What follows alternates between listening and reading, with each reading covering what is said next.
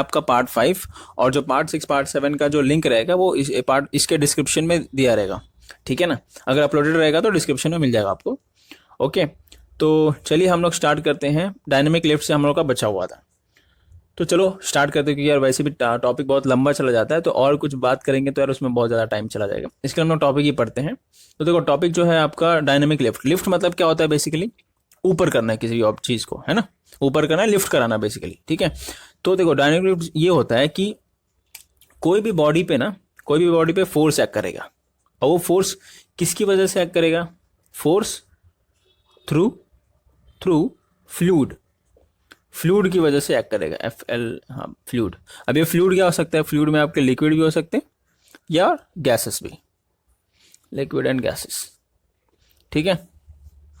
तो ये समझा, मतलब डायनेमिक लिफ्ट मतलब क्या कि ये किसी भी बॉडी पे फोर्स लगता है, किसकी वजह से फोर्स लगता है, फ्लूइड की वजह से फोर्स लगता है, ठीक है। अब ये फ्लूइड में आपका लिक्विड या गैसेस दोनों हो सकते हैं, ये समझा, ये डायनेमिक लिफ्ट का मतलब होता है।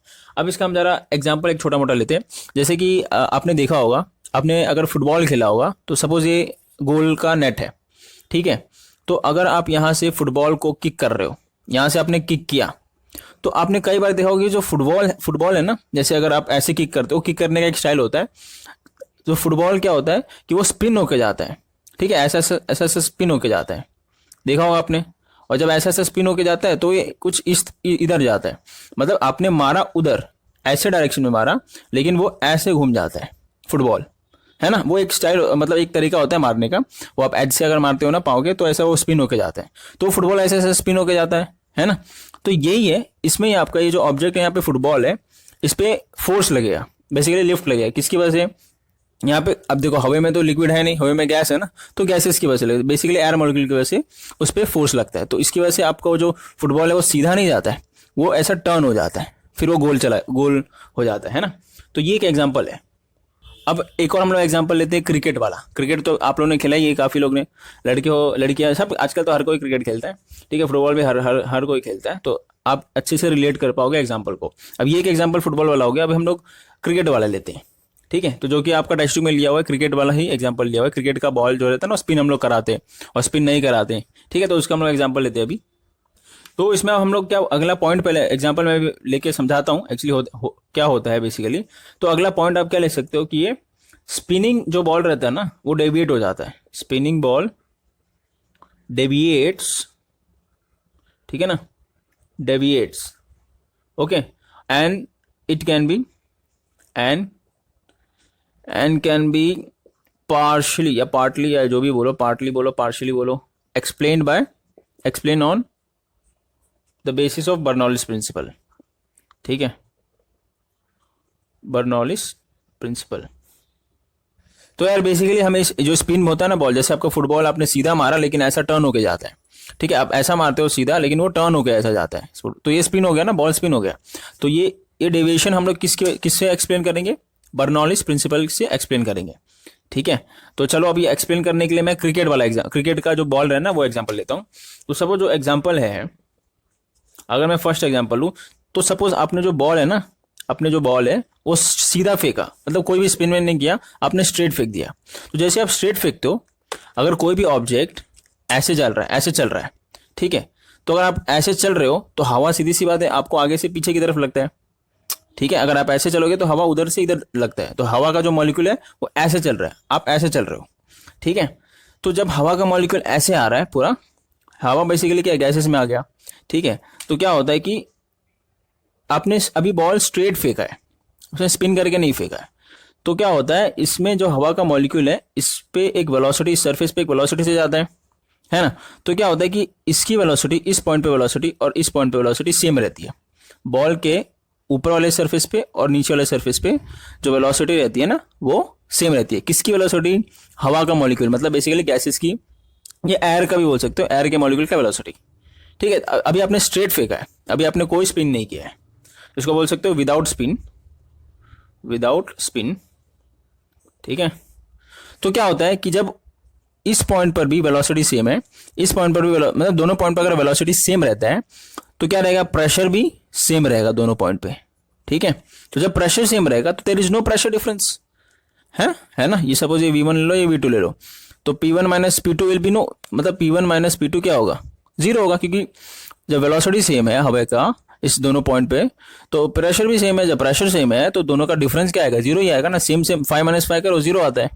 ठीक है, अब ये ऐसा, अभी ये बर्नौलीज प्रिंसिपल आपको पता है ना क्या बोलता है, ये मत भूल जाना कि बर्नौलीज प्रिंसिपल क्या बोलता है। बर्नौलीज प्रिंसिपल में क्या रहता है, प्रेशर रहता है, kinetic energy per unit volume रहता है, ठीक है, जिसको हम लोग किससे डिनोट करते हैं, एक मिनट, हाफ, सपोज ये वन ले लो, हाफ डेंसिटी v स्क्वायर है ना, लेट्स से v1 ले लो, plus potential energy per unit volume रहता है, ठीक है ना, याद है कि नहीं है, याद है, तो इसको हम लोग रो जी एच लिखते हैं, खाली H1 ले लो, ठीक है। डेंसिटी तो हम लोग सेम ही लेते हैं मोस्टली आइडियल फ्लूइड में, और ये P2 होता है, प्लस ये बर्नौलीज प्रिंसिपल है, हाफ रो V2 का स्क्वायर प्लस रो GH2। ये बेसिकली क्या है, इक्वल रहता है किसी भी लिक्विड में, अगर पानी फ्लो कर रहा है पाइप के अंदर, तो किसी भी पॉइंट पर इन तीनों का एडिशन प्लस इन तीनों का एडिशन सेम रहता है। तो इसका मतलब बोलता है क्या है, इसका मतलब ये बोला कि अगर कहीं पे वेलोसिटी ज़्यादा है, ठीक है, तो उस पॉइंट पर प्रेशर कम रहेगा, अगर उस पॉइंट पर वेलोसिटी क्या है, अगर कम है तो उस पॉइंट पर प्रेशर ज़्यादा रहेगा। बर्नौलीज प्रिंसिपल बेसिकली आपको यही बोलता है, ठीक है ना, अगर किसी पॉइंट पर प्रेशर ज़्यादा है, या फिर वेलोसिटी आप देख सकते हो, अगर किसी पॉइंट पर वेलोसिटी कम है तो प्रेशर ज़्यादा रहेगा। ये मैंने आपको पहले ही बता चुका हूँ, वापस बता रहा हूँ, ठीक है ना, सिर्फ एज ए रिविजन। ओके, अब हम लोग दूसरा एग्जाम्पल लेते हैं, विथ स्पिन। विथ स्पिन, अगर आपने बॉल फेंका स्पिन से, स्पिन करके फेंकते हैं ना, ऐसा फेंकते हैं, ऐसा फेंकते हैं, जैसे भी फेंको, स्पिन करके फेंकते हो, तो होता क्या है कि जब बॉल आपका सपोज ऐसे स्पिन कर रहा है, ठीक है, ऐसे ऐसे स्पिन कर रहा है, समझ गए ना कैसे कर रहा है, तो जब बॉल तो आगे जा रहा है, जब बॉल आगे जा रहा है स्पिन करते हुए आगे जा रहा है, लेकिन हवा का मॉलिक्यूल तो सीधी सी बात है सामने से आएगा। अगर आप आगे की तरफ फास्ट में भागो, आगे की तरफ फास्ट में भागो, तो हवा जो है आपको आगे से पीछे की तरफ लगेगा ना, सीधी सी बात है। तो वैसे जब बॉल आगे की तरफ जाएगा तो हवा जो है, एयर, वो आपका आगे से पीछे की तरफ लगेगा। तो ऐसे वो भी क्या होता है कि इसके सरफेस पे आता है, हवा जो है ना इसके सरफेस पे आता है, बॉल के यहाँ से भी हवा इसके सरफेस पे आता है। तो देखो इस पॉइंट पर क्या होता है, अब बॉल आपका स्पिन हो रहा है, तो इस पॉइंट पर क्या होता है कि हवा का जो वेलोसिटी है ना वो बढ़ जाता है, इंक्रीज हो जाता है इस पॉइंट पर, क्योंकि ऐसा आपका बॉल स्पिन भी कर रहा है, तो ऐसा जब स्पिन करेगा तो हवा को और स्पीड में कर देगा वो, ठीक है। और इस पॉइंट पर देखो ऐसा स्पिन हो रहा है बॉल, तो ये हवा को और स्लो कर देगा। एक तो हवा ऐसे चल रहा था, एयर का मॉलिक्यूल एयर ऐसे आ रहा था, और इसने अपोजिट डायरेक्शन में और लगा दिया फोर्स इस सरफेस पे, हाँ मैं इस सरफेस की बात कर रहा हूँ, ठीक है ना, ठीक है, अपोजिट डायरेक्शन में लगा दिया, तो यहाँ पे वेलोसिटी जो है वो कम हो जाता है इस पॉइंट पर। तो जब इस पॉइंट पर वेलोसिटी कम होगा तो बताओ प्रेशर क्या होगा, प्रेशर इस पॉइंट पर इस सरफेस पर ज़्यादा होगा, और इस सरफेस पर प्रेशर क्या होगा, कम होगा, ठीक है ना, अकॉर्डिंग टू बर्नौलीज प्रिंसिपल, ठीक है। तो यहाँ पे अब देखो जब एक जगह प्रेशर कम है एक जगह प्रेशर ज़्यादा है, तो यहाँ पे प्रेशर डिफरेंस क्रिएट हो गया भाई, सीधी सी बात है ना। तो जब प्रेशर डिफरेंस क्रिएट होगा मतलब P2 माइनस P1 कुछ ना कुछ वैल्यू रहेगा, ठीक है ना, P2 माइनस P1 कुछ ना कुछ यहाँ पे वैल्यू रहेगा, ओके। तो जब प्रेशर, अब बताओ यहाँ पे एक सिंपल बात बताओ कि प्रेशर क्या होता है, फोर्स अपॉन एरिया होता है, ठीक है ना। तो प्रेशर और फोर्स मतलब डायरेक्टली प्रोपोर्शनल आप बोल सकते हो यहाँ पे। तो मतलब अगर यहाँ पे प्रेशर ज़्यादा है इस पॉइंट पर, इस सरफेस पर बॉल के प्रेशर ज़्यादा है, तो फोर्स भी यहाँ पे ज़्यादा होगा as compare to this point, ठीक है ना। यहाँ पे फोर्स जो रहेगा ना, एक मिनट रुको, गड़बड़ हो गया, हाथ से रफ करते हैं तो गड़बड़ हो जाते हैं, ठीक है। तो इस पॉइंट पर जो फोर्स है वो भी कम रहेगा। तो इस सरफेस की मैं बात करूँ, इस सरफेस पे फोर्स भी कम रहेगा, इस सरफेस पे फोर्स ज़्यादा रहेगा। तो जब बॉल टप्पा आपका खाएगा ना, जैसे बॉल ये ऐसे स्पिन करके आपने भेजा, तो जैसे ग्राउंड पर टप्पा खाएगा तो देखते हो आप, टप्पा खाने के बाद बॉल की स्पीड बढ़ जाती है ना। आपने देखा होगा क्रिकेट में, जैसे आप स्पिन करके भेजते हो ना, तो जैसे एक टप्पा खाता है वो बॉल, तो वो और स्पीड में चल देता है, मतलब और स्पीड में ऊपर जाता है, ठीक है। वो डिपेंड करता है कैसे स्पिन कर रहा है, ऑफ लाइक, वो अलग अलग, वो बात अलग है, लेकिन ये समझा ना ये कंसेप्ट। तो इसमें क्या होता है कि फोर्स नीचे से लगता है, ज़्यादा लगता है ना, तो इसके लिए टप्पा खाने के बाद उसकी वेलोसिटी, जो बॉल का जो वेलोसिटी है ना, और ज़्यादा और तेज़ी से जाता है, ठीक है। तो ये किसकी वजह, जैसे मतलब इसका मतलब क्या हो गया, यहाँ पे लिफ्ट करा दिया, बॉल को लिफ्ट करा दिया, है ना। आपने स्लो में फेंका, स्पिन करके फेंका जैसे, लेकिन टप्पा खाया तो उसकी स्पीड बढ़ गई, इसकी किसकी वजह से, बर्नौलीज प्रिंसिपल की वजह से, ठीक है। अब देखो ये क्रिकेट में भी यार फिजिक्स है, हर जगह फिजिक्स है, समझ रहे हो आप, फुटबॉल में भी फिजिक्स है, हर जगह फिजिक्स है भाई, फिजिक्स अगर नहीं तो कुछ नहीं, ठीक है ना। यार ऐसा कोई सोचा ही नहीं होगा, जो क्रिकेट खेलता होगा ऐसा कोई नहीं सोचा होगा यार स्पीड में क्यों हो जाता है, मतलब जैसे स्पिन आप करते हो बॉल टप्पा खाने के बाद वो फिर स्पीड में कैसे चला जाता है। ऐसे कोई क्रिकेट खेलता होगा उसने भी नहीं सोचा होगा, जो फुटबॉल खेलता है उसने भी नहीं सोचा होगा डेविड कैसे हो जाता है, मैं तो उधर मारता हूँ फुटबॉल, फिर ऐसा कैसे हो जाता है ना। तो यार ये कौन सोचेगा, ये बेसिकली जो पढ़ते हैं फिजिक्स को वही सोचेंगे ना, और क्या। लेकिन ये सब बेसिक बेसिक नॉलेज है तो होना ही चाहिए, वैसे बेसिक तो नहीं है वैसे लेकिन ठीक है, वैसे बेसिक ही इसको हम कह सकते हैं। चलो कोई बात नहीं, अभी हम लोग ये, अब देखो इस चीज़ को हम लोग क्या बोलते हैं, इस चीज़ को हम लोग मैग्नस इफेक्ट बोलते हैं।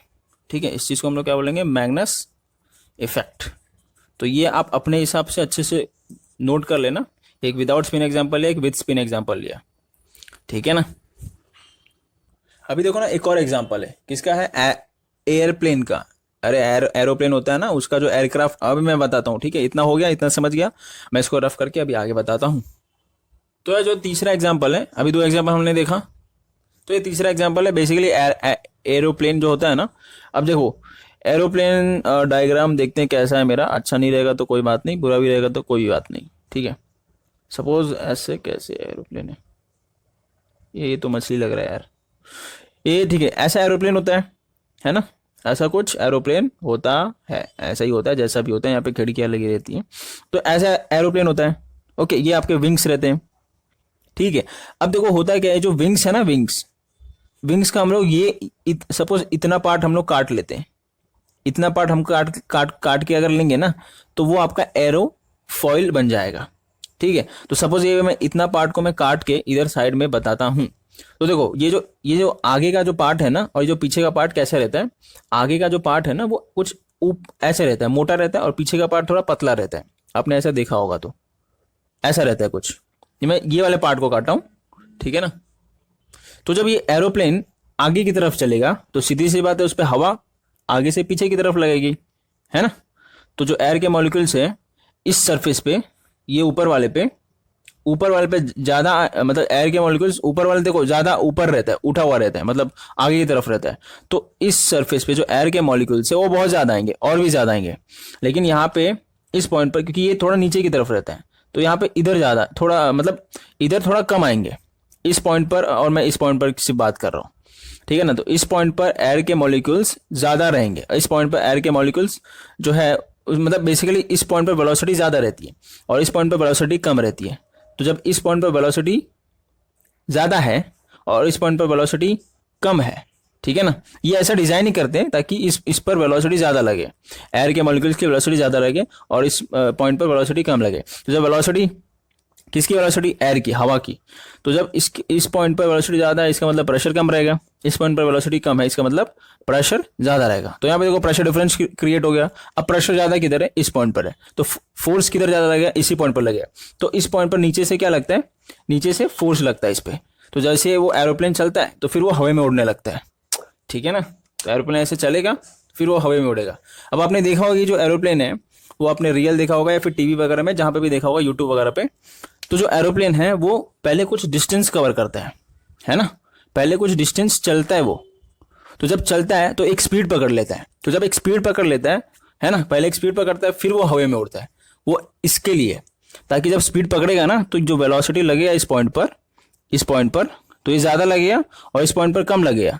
तो यहाँ पे प्रेशर डिफरेंस क्रिएट हो जाता है इसके विंग में, तो वो इजीली उड़ जाता है, समझे। ये हेल्प करता है, तो ये यहाँ पे भी बर्नौलीज प्रिंसिपल हेल्प करता है एरोप्लेन को उड़ने में, समझ गया ना। ओके, तो देखो ये भी, इसको भी हम लोग क्या बोल सकते हैं, डायनामिक लिफ्ट, मतलब ये लिफ्ट करा दिया बर्नौलीज प्रिंसिपल की वजह से, क्या हो गया, एरोप्लेन उड़ गया। ओके, तो ये आपका हो गया थर्ड एग्जाम्पल। अब हम लोग देखते हैं एग्जाम्पल, थर्ड एग्जाम्पल किसका ही, इसका ही, डायनेमिक लिफ्ट का थर्ड एग्जाम्पल। तो अब देखो एग्जाम्पल नंबर 10.8 हम लोग करने वाले हैं इसके ऊपर ही। ओके, और हाँ एक और चीज याद रखना कि इस चीज को इसने बोला है कि पार्टली, मैंने देखो सेकंड पॉइंट आपको लिखा था कि पार्टली एक्सप्लेन या partially explained by Bernoulli's principle, ये मैंने लिखाया था, बर्नौलीज प्रिंसिपल यही लिखाया था ना, ठीक है, ठीक है, partially explain by Bernoulli's principle. तो देखो इसमें बेसिकली क्या है कि कुछ चीजों ना, कुछ जगह पे ना, इस चीज को हम लोग न्यूटन थर्ड लॉ से भी बताते हैं, इसके लिए यहाँ पे पार्शली बोला है। तो न्यूटन थर्ड लॉ से भी हम लोग, ये जो तीनों एग्जाम्पल मैंने बताया ना, ये तीनों एग्जाम्पल आपका Newton third law of motion से भी बताते हैं, ठीक है, ये तीनों एग्जाम्पल। तो वो पार्टली इससे, मतलब कुछ चीज़ें, कुछ किताबें बोलती हैं कि बर्नौलीज प्रिंसिपल की वजह से ये होता है, कुछ किताबें बोलती है कि third law of motion, Newton third law of motion की वजह से भी होता है। तो दोनों ही सही है, ठीक है ना, दोनों गलत नहीं है, दोनों ही सही है। ठीक है, अपन फॉलो कर रहे हैं एनसीईआरटी को, तो एनसीईआरटी क्या बोलता है कि बर्नौलीज प्रिंसिपल की वजह से होता है, डायनेमिक लिफ्ट तो होता है। ठीक है, ओके। तो चलो भाई हम एग्जाम्पल नंबर 10.8 पर आते हैं। तो ये हो गया आपका एग्जाम्पल नंबर 10.8। ठीक है, तो देखो यार 10.8 में क्या दिया है। देखो यार मैं पहले आपको बताता हूँ कि सॉल्व एग्जाम्पल जो है ना, हर एक करने का, हर एक सॉल्व, मैं हर एक सॉल्व एग्जाम्पल करा भी रहा हूँ। ठीक है ना, क्योंकि यार ये आपके एग्जाम्स में तो आता ही आता है, और एंट्रेंस एग्जाम में भी कभी कभी डायरेक्ट पूछ लेते हैं, बस खाली नंबरिंग अलग अलग होता है, मतलब सेम सेम ही पूछते हैं, सेम डिट्टो, बस खाली ये नंबर्स है ना वो खाली अलग रहते हैं, थोड़े थोड़े अलग रहते हैं। ठीक है, तो इसके लिए सॉल्व एग्जाम्पल करना बहुत ज़रूरी है एनसीईआरटी का। तो देखो ये एग्जाम्पल नंबर 10.8 है। A fully loaded Boeing aircraft has a mass of 3.3 × 10⁵ kg। अच्छा, मतलब एयरक्राफ्ट मतलब वही हो गया एरोप्लेन, एक पूरा एरोप्लेन है जिसका मास कितना है, टोटल मास है आपका 3.3 × 10⁵ kg। समझ गए, बिल्कुल समझ गए। ठीक है ना, दूसरा क्या बोला, it's total wing area is this, मतलब दोनों विंग मिला के, जैसे एरोप्लेन है तो एरोप्लेन का 2 विंग रहेगा ना, एक ये विंग एक ये विंग, तो दोनों विंग मिला के कितना एरिया है, आप एरिया बोल सकते हो, area is 500 metre square. It is in level flight. देखो मैं थोड़ा स्लो समझा रहा हूँ क्योंकि मैं अच्छे से समझा, मतलब एक एक लाइन आपको मैं समझा रहा हूँ कि कैसे हम लोग कैच करते हैं किसी भी, मतलब जैसे ये लाइन दे दिया कि इसमें क्या बोला है तो हम लोग कैसे कैच करेंगे। ठीक है, it is in level flight with the speed of, अब इसकी स्पीड क्या है एरोप्लेन की, एरोप्लेन चल रहा है हवा में, कितना स्पीड है, स्पीड जो है आपका वी ले लेते हैं स्पीड को, तो ये हो गया 960 किलोमीटर पर हार। इसको आप मीटर पर सेकंड में कर दो क्योंकि आपका एरिया मीटर में दिया है ना, तो इसको मीटर में कर दो। तो देखो यार 960 दिख रहा है ना, हाँ बहुत ज़्यादा छोटा तो नहीं है, चलो ठीक है, बहुत सही है, इससे बड़ा हैंड राइटिंग नहीं। ठीक है, तो किलोमीटर को आप मीटर में करोगे तो 10⁵ मल्टीप्लाई करना पड़ता है, हार को सेकंड में करोगे तो 60 × 60। ठीक है ना, तो ये हो जाएगा 0 0 कैंसिल, 1 0 60 का और इसका 1 0, ये 10⁵ हो जाएगा। ठीक है, हो गया 960, ओके 960 हो गया अपॉन इंटू 10 कर दिया तो 960, और 6 6 36 हो गया। ठीक है, ये हो गया 96 अपॉन 36, तो ये हो गया क्या, किससे जाएगा, 3 से जाएगा, 3 3 जा 9, 3 2 जा 3 1 जा 3, 3 2 जा 6, अब जाएगा 3 से नहीं जाएगा, 2 के जाएगा, 2 16 जा 2 6 जा 12, 2 8 जा 2 3 जा 8/3 आ रहा है। ठीक है ना, तो इसको आप क्या रखो, 8/3 मीटर पर सेकेंड हो गया, ये हो गया वेलोसिटी। समझ गया। अब देखो अब इससे अगर आपको पता नहीं लगता है कि क्या है ये, मतलब ये कौन सा टर्म दिया है, तो आप यूनिट से भी पता कर सकते हो, जो यूनिट रहता है ना उससे आप मालूम कर सकते हो। जैसे यूनिट क्या है, किलोमीटर पर आवर, इसका मतलब स्पीड ही होता है। अब बोला क्या है कि estimate the pressure difference between the lower and the upper surface of the wing. ठीक है ना, तो बेसिकली अभी सिर्फ एक विंग की बात किया है। अगर मैं एक विंग का, जैसे मैंने बताया था कि वो एरिया हम लोग लेंगे, तो कुछ ऐसे विंग का अपना डायग्राम होता है, विंग का वो क्रॉस सेक्शन एरिया लेते हैं। तो ठीक है ना, तो ऊपर भी हवा चल रहा है, नीचे से भी हवा जाता है, इस पॉइंट पर वेलोसिटी ज़्यादा रहता है, आपको ही पता है, तो प्रेशर यहाँ पे इस पॉइंट पर कम रहता है। लेट से प्रेशर ऊपर का मैं P1 ले लेता हूँ, या कुछ भी ले लो, P1 ही ले लो। ठीक है, लेना P2 लेते हैं, P2। ठीक है, और नीचे वाले पे इस पॉइंट पे वेलोसिटी कम रहती है तो प्रेशर ज़्यादा रहता है, तो P1 ले लेते हैं नीचे वाले का। अगर तो प्रेशर डिफरेंस होता है P1 - P2। देखो हमेशा बड़ा वाला माइनस, क्योंकि P1 प्रेशर ज़्यादा है तो बड़ा नंबर माइनस छोटा नंबर। ठीक है ना, तो ये होता है प्रेशर डिफरेंस, जिसको हम लोग डेल्टा P से भी डिनोट करते हैं। तो जब प्रेशर डिफरेंस है, इस पॉइंट पे प्रेशर ज़्यादा है, इस पॉइंट पे प्रेशर कम है, तो इस पॉइंट पे प्रेशर ज़्यादा है, इसका मतलब ऊपर की तरफ फोर्स ज़्यादा लग रहा है, तभी तो ये हवा में उड़ रहा है ना एरोप्लेन। ठीक है ना, जब प्रेशर डिफरेंस है तभी ये हवा में उड़ रहा है एरोप्लेन। ठीक है, अगर प्रेशर डिफरेंस नहीं रहता, दोनों पॉइंट पर प्रेशर डिफरेंस 0 रहता है, तो वो हवा में नहीं उड़ता वो। ठीक है ना एरोप्लेन, ये समझ गया मैं क्या बोला। तो वही अपने को फाइंड करना है, estimate the pressure difference between the lower and the upper surface. तो ये लोअर सरफेस हो गया और ये अपर सरफेस हो गया, तो प्रेशर डिफरेंस अपन डेल्टा P से निकाल सकते हैं। तो देखो जो डेल्टा P है आपका प्रेशर डिफरेंस है, तो आपको पता है कि प्रेशर जो होता है वो होता है फोर्स अपॉन एरिया होता है। ठीक है ना, अब प्रेशर डिफरेंस इसका मतलब फोर्स का भी डिफरेंस रहेगा ना, फोर्स का भी डिफरेंस रहेगा, ये F1 रहेगा, F1 भी ज़्यादा रहेगा, यहाँ पे F2 भी कम रहेगा इस पॉइंट पर। ठीक है, तो फोर्स का भी डिफरेंस होगा बेसिकली, तो delta P is equals to delta F upon A हो गया। एरिया थोड़ी ना अलग है, एरिया तो आपका दिया है ना, दोनों का एरिया दिया है। ठीक है, 500 मीटर स्क्वायर। ओके, सो आप क्या बोल सकते हो, delta P is equals to, आपको निकालना क्या है बेसिकली, प्रेशर डिफरेंस निकालना है ना, तो हो गया ना आपको delta P delta F upon area. Delta F क्या है, फोर्स आपको पता ही होगा। देखो मास दिया है खाली, उस पूरे एरोप्लेन का मास दिया है, अब ये विंग की वजह से एरोप्लेन उड़ता है ना, बिना विंग विंग को निकाल एरोप्लेन उड़ा के दिखाओ, उड़ता है क्या? नहीं, इसके लिए विंग की वजह से एरोप्लेन उड़ता है। तो ये पूरा जो एरोप्लेन है ना, एरोप्लेन पूरा जो एरोप्लेन रहेगा ये विंग पर ही टिका हुआ है। अगर विंग नहीं रहता तो ये उड़ ही नहीं पाता, ठीक है ना, समझ रहे हो? तो जो मास है, पूरा मास कितना है आपका 3.3। तो फोर्स क्या होता है आपको पता है, मास इंटू एक्सेलरेशन होता है, बट एक्सेलरेशन इस पे क्या लग रहा है, ड्यू टू ग्रेविटी नीचे की तरफ लग रहा है। तो मास आपका कितना है, मास इंटू एक्सेलरेशन हो गया ये, ठीक है। ये हो गया एरिया। एरिया तो इसमें दिया है 500, समझ रहे हो? थोड़ा ज़्यादा टाइम ले रहा हूँ क्या मैं, फटाफट करता हूँ। सो मास कितना है 3.3 इंटू, मैं थोड़ा धीरे धीरे समझा रहा हूँ, इंटू 10⁵। एक्सेलरेशन आपको पता ही है, एक्सेलरेशन ड्यू टू ग्रेविटी कितना होता है, 9.8 अपॉन 500, ठीक है। ओके, तो अब इसको आपको क्या करना है, कैलकुलेट करना है, बस कैलकुलेट करेंगे। कैलकुलेट कर लो यार, आंसर आ जाएगा, ठीक है। कैलकुलेट करोगे तो प्रेशर डिफरेंस डेल्टा पी आपका आ जाएगा, दोनों सरफेस पे जो प्रेशर डिफरेंस रहेगा ना डेल्टा पी, वो आ जाएगा, ठीक है। ये मैं कैलकुलेट करके नहीं बता रहा हूँ। दूसरा आपका है कि एस्टिमेट द फ्रैक्शनल इंक्रीज। अब देखो फ्रैक्शनल जब भी आया ना वर्ड, तो हमेशा क्या याद रखना, चेंज अपॉन ओरिजिनल। अब change upon original, fractional increase कहाँ का फाइंड करना, in the speed of air on upper surface of the wing related to the lower surface. अच्छा जी, मतलब आपको स्पीड में, अब देखो ऊपर सरफेस वाले का स्पीड ज्यादा है, मतलब V2 ज्यादा है और V1 कम है, इस वाले सरफेस पे वेलोसिटी कम है, ठीक है ना। तो बेसिकली आपको क्या फाइंड करना है कि इस पॉइंट पर V2 आपका कितना ज्यादा होगा V1 से, बस यही फाइंड करना है। वही हो गया ना फ्रैक्शनल इंक्रीज। तो basically change upon original, change upon original क्या होगा, मतलब V2 माइनस V1, क्योंकि V2 आपका ज्यादा रहेगा ना इस पॉइंट पर। तो V2 minus V1 upon original. Original velocity क्या है इसमें दिया रहेगा, देखो 960 किलोमीटर पर हार, जिसको हम लोग 8/3 भी ले सकते हैं। ये देखो यहाँ पे एक चीज गड़बड़ हो गया, 8/3 सिर्फ नहीं आएगा, यहाँ पे देखो 10⁻² भी बचा हुआ था अपना वेलोसिटी में। तो वो 10⁻² मैंने खाली एक ही 10 मल्टीप्लाई किया, एक 10 मल्टीप्लाई करना भूल गया, क्योंकि 10⁻² है ना, तो एक 10 अगर इसमें मल्टीप्लाई करूंगा तो 960 होता है, ठीक है। तो ये जो है ना, ये थोड़ा गड़बड़ हो गया, तो इसमें आएगा 80/3 कुछ समथिंग आएगा, 800। देखो जो वेलोसिटी था वो क्या था, 960 किलोमीटर पर हार, यही है ना, वापस मैं बता देता हूँ। तो ये 960 किलोमीटर को 960 किलोमीटर को हटाने के लिए 1000 मल्टीप्लाई करता है 10⁻3 मीटर में करने के लिए, अपन हार को 16/60, ठीक है। तो मैं इसको आपको कैलकुलेटर में करके दिखाता हूँ। पहले हम लोग जीरो कैंसिल करते हैं, 2 0 कैंसिल, 2 0 कैंसिल, ऊपर बच गया 9600 अपॉन 36 बच गया, ठीक है ना। तो ऐसा आता है। तो अगर इस दोनों को डिवाइड करेंगे 9600 डिवाइडेड बाय 30, तो देखो कुछ इतना आता है। देखो 9600 डिवाइड बाय 36 करते हैं तो 266.66 आता है, मतलब 267 ले सकते हैं, अप्रॉक्स 267 ले सकते हैं, ठीक है। तो इन दोनों को डिवाइड करोगे तो 267 आएगा। तो वेलोसिटी यहाँ पे जो है 8/3 नहीं रहेगा, कितना रहेगा 267 मीटर पर सेकेंड, ठीक है ना। यहाँ पे कैलकुलेशन में कुछ गड़बड़ हो गया था, वो भी मैंने भी नहीं ध्यान नहीं दिया। ओके, तो अब हम लोग को निकालना है V2 minus V1 upon original. तो ओरिजिनल वेलोसिटी कितना है, स्पीड कितना है 960, तो 960 को आपने किया तो 267 मिलता है। तो डिवाइड ओरिजिनल आपका 267 है, जिसको हम लोग एवरेज भी बोल सकते हैं, ठीक है। तो हम लोग दूसरा चीज निकाल रहे हैं, तो चलो निकालते हैं फटाफट। ओके, तो हमको निकालना है fractional increase in the speed of air. तो बेसिकली ऐसे तो मिल नहीं जाएगा V2 माइनस V1 अपॉन 267, मतलब ओरिजिनल आपका। तो यार हम लोग को इसमें क्या करना पड़ेगा, बर्नौलिस प्रिंसिपल लगाना पड़ेगा, ठीक है।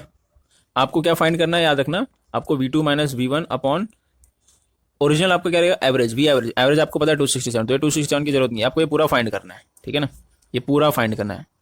फ्रैक्शनल इंक्रीज मतलब चेंज जो हो रहता है ना, चेंज क्या रहता है, बेसिकली डिफरेंस रहता है अपॉन ओरिजिनल। तो ओरिजिनल आपका वेलोसिटी 261 दिया ही है, तो गिवन ही है, ठीक है। तो ये चीज आपको फाइंड करना है। तो देखो आपको बर्नौलिस प्रिंसिपल लगाना पड़ेगा। कैसे, देखो ये जो विंग है आपका, ऐसा विंग है ना, विंग का क्रॉस सेक्शनल एरिया है, तो ये ऊपर वाला सरफेस है, ये नीचे वाला सरफेस है। इस पॉइंट पर वेलोसिटी ज्यादा है, इस पॉइंट पर वेलोसिटी कम है, तो प्रेशर इस पॉइंट पर क्या है, कम है, इस पॉइंट पर प्रेशर ज्यादा है, ठीक है। ये आपको हमेशा याद रखना है, ठीक है।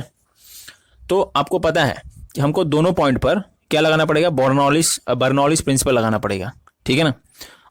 तो मैं ये आपका हम लोगों ने क्या लिया था, V2 लिया था ना, V2 ज़्यादा है, P2 कम है। ये हमने लिया था V1 ज़्यादा है, सॉरी कम है, और P1 ज़्यादा है, ठीक है। तो इस दोनों पॉइंट पर हम लोग को बर्नौलिस प्रिंसिपल लगाना है। तो चलो बर्नौलिस प्रिंसिपल लगाते हैं।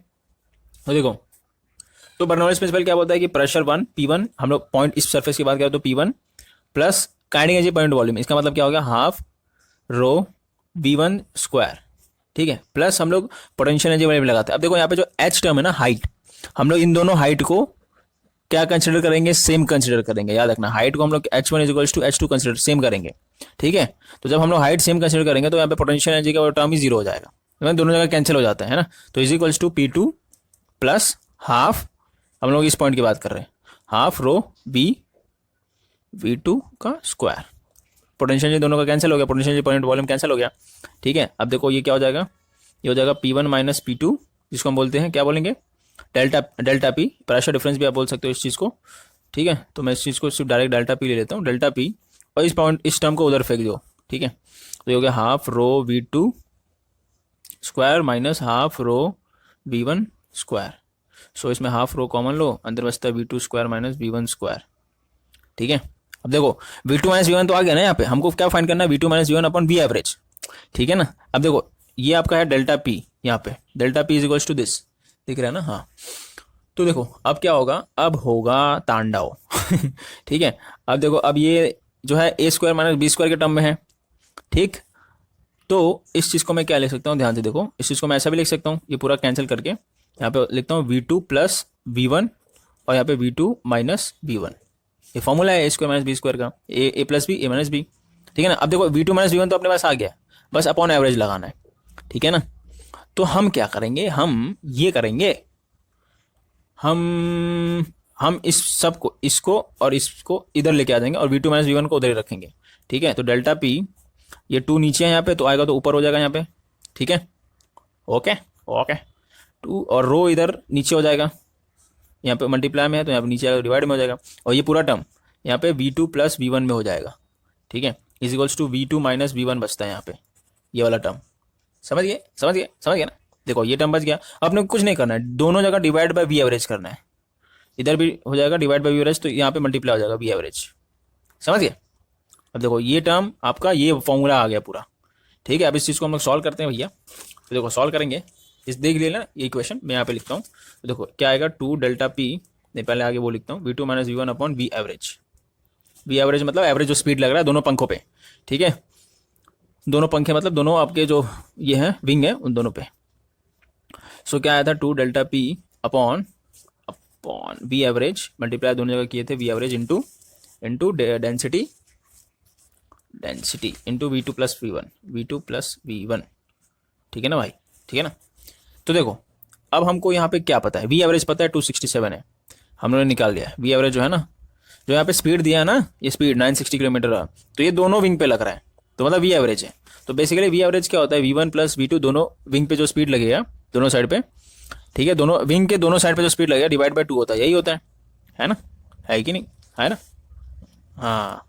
तो अब ये जो V1 प्लस V2 है, इसको मैं क्या लिख सकता हूँ, V average into two is equal to V1 plus V2, है ना। तो ये V1 प्लस V2 जो है, इसके बदले क्या, ये वी एवरेज इंटू 2 रख दो, है, बीच में प्लस है, ये मल्टीप्लाई है यार, बीच में अरे सॉरी वो डेंसिटी है, ये मैंने क्या प्लस कर दिया, डेंसिटी है, रो है, ठीक है ना। यहाँ पे देखो मैंने रो लिया हुआ है उस चीज़ को, और मैंने प्लस गलती से लिख दिया यहाँ पे, ठीक है, ये देखो यहाँ पे मैंने प्लस लिख दिया था, तो ये डेंसिटी है बेसिकली, मतलब मल्टीप्लिकेशन में, सब मल्टीप्लिकेशन में, ये दोनों खाली V2 प्लस V, तो V2 प्लस V1 को मैं ये चीज़ लिख देता हूँ, वी एवरेज इंटू 2, ठीक है। तो ये हो गया V2 minus V1 upon V average 2 delta P upon, ये हो गया V average into density rho into V average into 2, है ना। इस टर्म के बदले मैंने ये टर्म डाला, तो ये 2 गया कैंसिल हो गया, और ये हो गया delta P upon V average का स्क्वायर इंटू डेंसिटी। तो ये पूरा टर्म में आपको डेल्टा पी पता है क्या, वो पहला वाला जो आप यहाँ से निकालोगे ना, ये डेल्टा पी आपने निकाला ना यहाँ पे, तो यहाँ पे जो भी डेल्टा पी आंसर निकालोगे, अब डेल्टा पी आंसर लगाओ, वी एवरेज आपका है 267 का स्क्वायर इंटू डेंसिटी आपको दी हुई है ऑफ एयर इज 1.2 kg में है, ठीक है ना। हाँ तो kg में, ऐसा यूनिट आपका kg में ही होता है ना, ग्राम में तो सीजीएस यूनिट होता है, 1.2 इंटू 1.2, इसको आप पूरा करो, पूरा मतलब कैलकुलेशन करो। डेल्टा पी यहाँ से आंसर देख लेंगे कितना है डेल्टा पी आपका 6.5 इंटू 10⁻³ आया है, तो आप 6.5 इंटू 10⁻³ इधर लगाओ, 267 का स्क्वायर मतलब 267 इंटू 267 इंटू 1.2, ये कैलकुलेशन करो कितना आंसर मिलता है। आंसर देख लेते हैं यहाँ पे, अप्रॉक्स, ये इन दोनों कैलकुलेशन करोगे, ये सब कैलकुलेट करोगे पूरा, तो अप्रॉक्स आपका जो आएगा आंसर वो आएगा, कैलकुलेशन करना, ठीक है, कैलकुलेशन करोगे तो ही आएगा। अप्रॉक्स कितना, 0.08, मतलब 0.07 भी हो सकता है, ये 799 ऐसा 0.0798, तो उसको हम लोग 0.08 अप्रॉक्स ले सकते हैं, ठीक है ना। अप्रॉक्स हम लोगों ने 0.08 ले लिया, समझ गया। अब आपको निकालना है बेसिकली, इसमें क्या निकालना है, fractional increase in the speed of air, ठीक है। तो अब हमको अगर इसको परसेंटेज में निकालना है, ये तो फ्रैक्शनल इंक्रीज आ गया, लेकिन अगर परसेंटेज में निकालना है तो इंटू 100 करोगे तो 8%। इसका मतलब क्या, परसेंटेज में हमेशा निकालने के लिए इंटू 100 किया जाता है, अब ये मैंने परसेंटेज में थोड़ा V2 minus V1 upon V, ये मैंने फ्रैक्शनल इंक्रीज निकाला। अगर परसेंटेज में देखना है तो जो भी आएगा इंटू 100 कर दो, जो भी आंसर आएगा इंटू 100, तो ये 8%। तो 8% क्या है मतलब बेसिकली, इसका मतलब ये जो विंग ऊपर वाला था ऐसे था ना कुछ, तो ऊपर वाला जो है ना इधर स्पीड ज़्यादा रहता है, ये V2 लिया था, इस पॉइंट पर स्पीड कम रहता है, तो इस पॉइंट पर जो स्पीड है ना 8% ज़्यादा है किससे, V1 से। इसका मतलब ये यही बोलना चाह रहा था, ठीक है ना, ये समझा, ओके। अरे काफ़ी लंबा हो गया यार। तो अभी हम लोग आते हैं अगला टॉपिक, इसको हम बोलते हैं विस्कोसिटी, ठीक है। देखो यार, इसमें लो लेवल वाला कोई भी एग्जांपल सम नहीं दिया है, सब हाई लेवल वाला ही दिया है। तो ये हाई लेवल वाले ज़्यादातर पूछते ही, मतलब ऐसे ही पूछते हैं सम्स, ठीक है ना, ऐसा नहीं आपको इजी पूछेंगे प्रेशर दिया, एरिया दिया, फाइंड फोर्स, ऐसा कुछ नहीं पूछेंगे, ठीक है ना। अब हम लोग अगला ये अपना कंसेप्ट पे आते हैं, विस्कोसिटी क्या होता है वो ज़रा देखते हैं एकदम इजी वर्ड में। तो देखो विस्कोसिटी होता क्या है कि देखो ज़्यादा से ज़्यादा जो फ्लूइड्स होते हैं ना वो आइडियल फ्लूइड नहीं होते हैं। मतलब आइडियल फ्लूइड मैंने आपको बताया था जो इनकम्प्रेसिबल फ्लूइड होते हैं, है ना, जिसकी डेंसिटी हर जगह सेम रहती है, ठीक है, ये होते हैं आपके आइडियल फ्लूइड। तो लेकिन ज़्यादा से ज़्यादा जो फ्लूइड होते हैं वो आइडियल फ्लूइड नहीं होते, ठीक है। तो पहले मैं विस्कोसिटी का एक सिंपल एक लाइन का डेफिनेशन लिखता हूँ।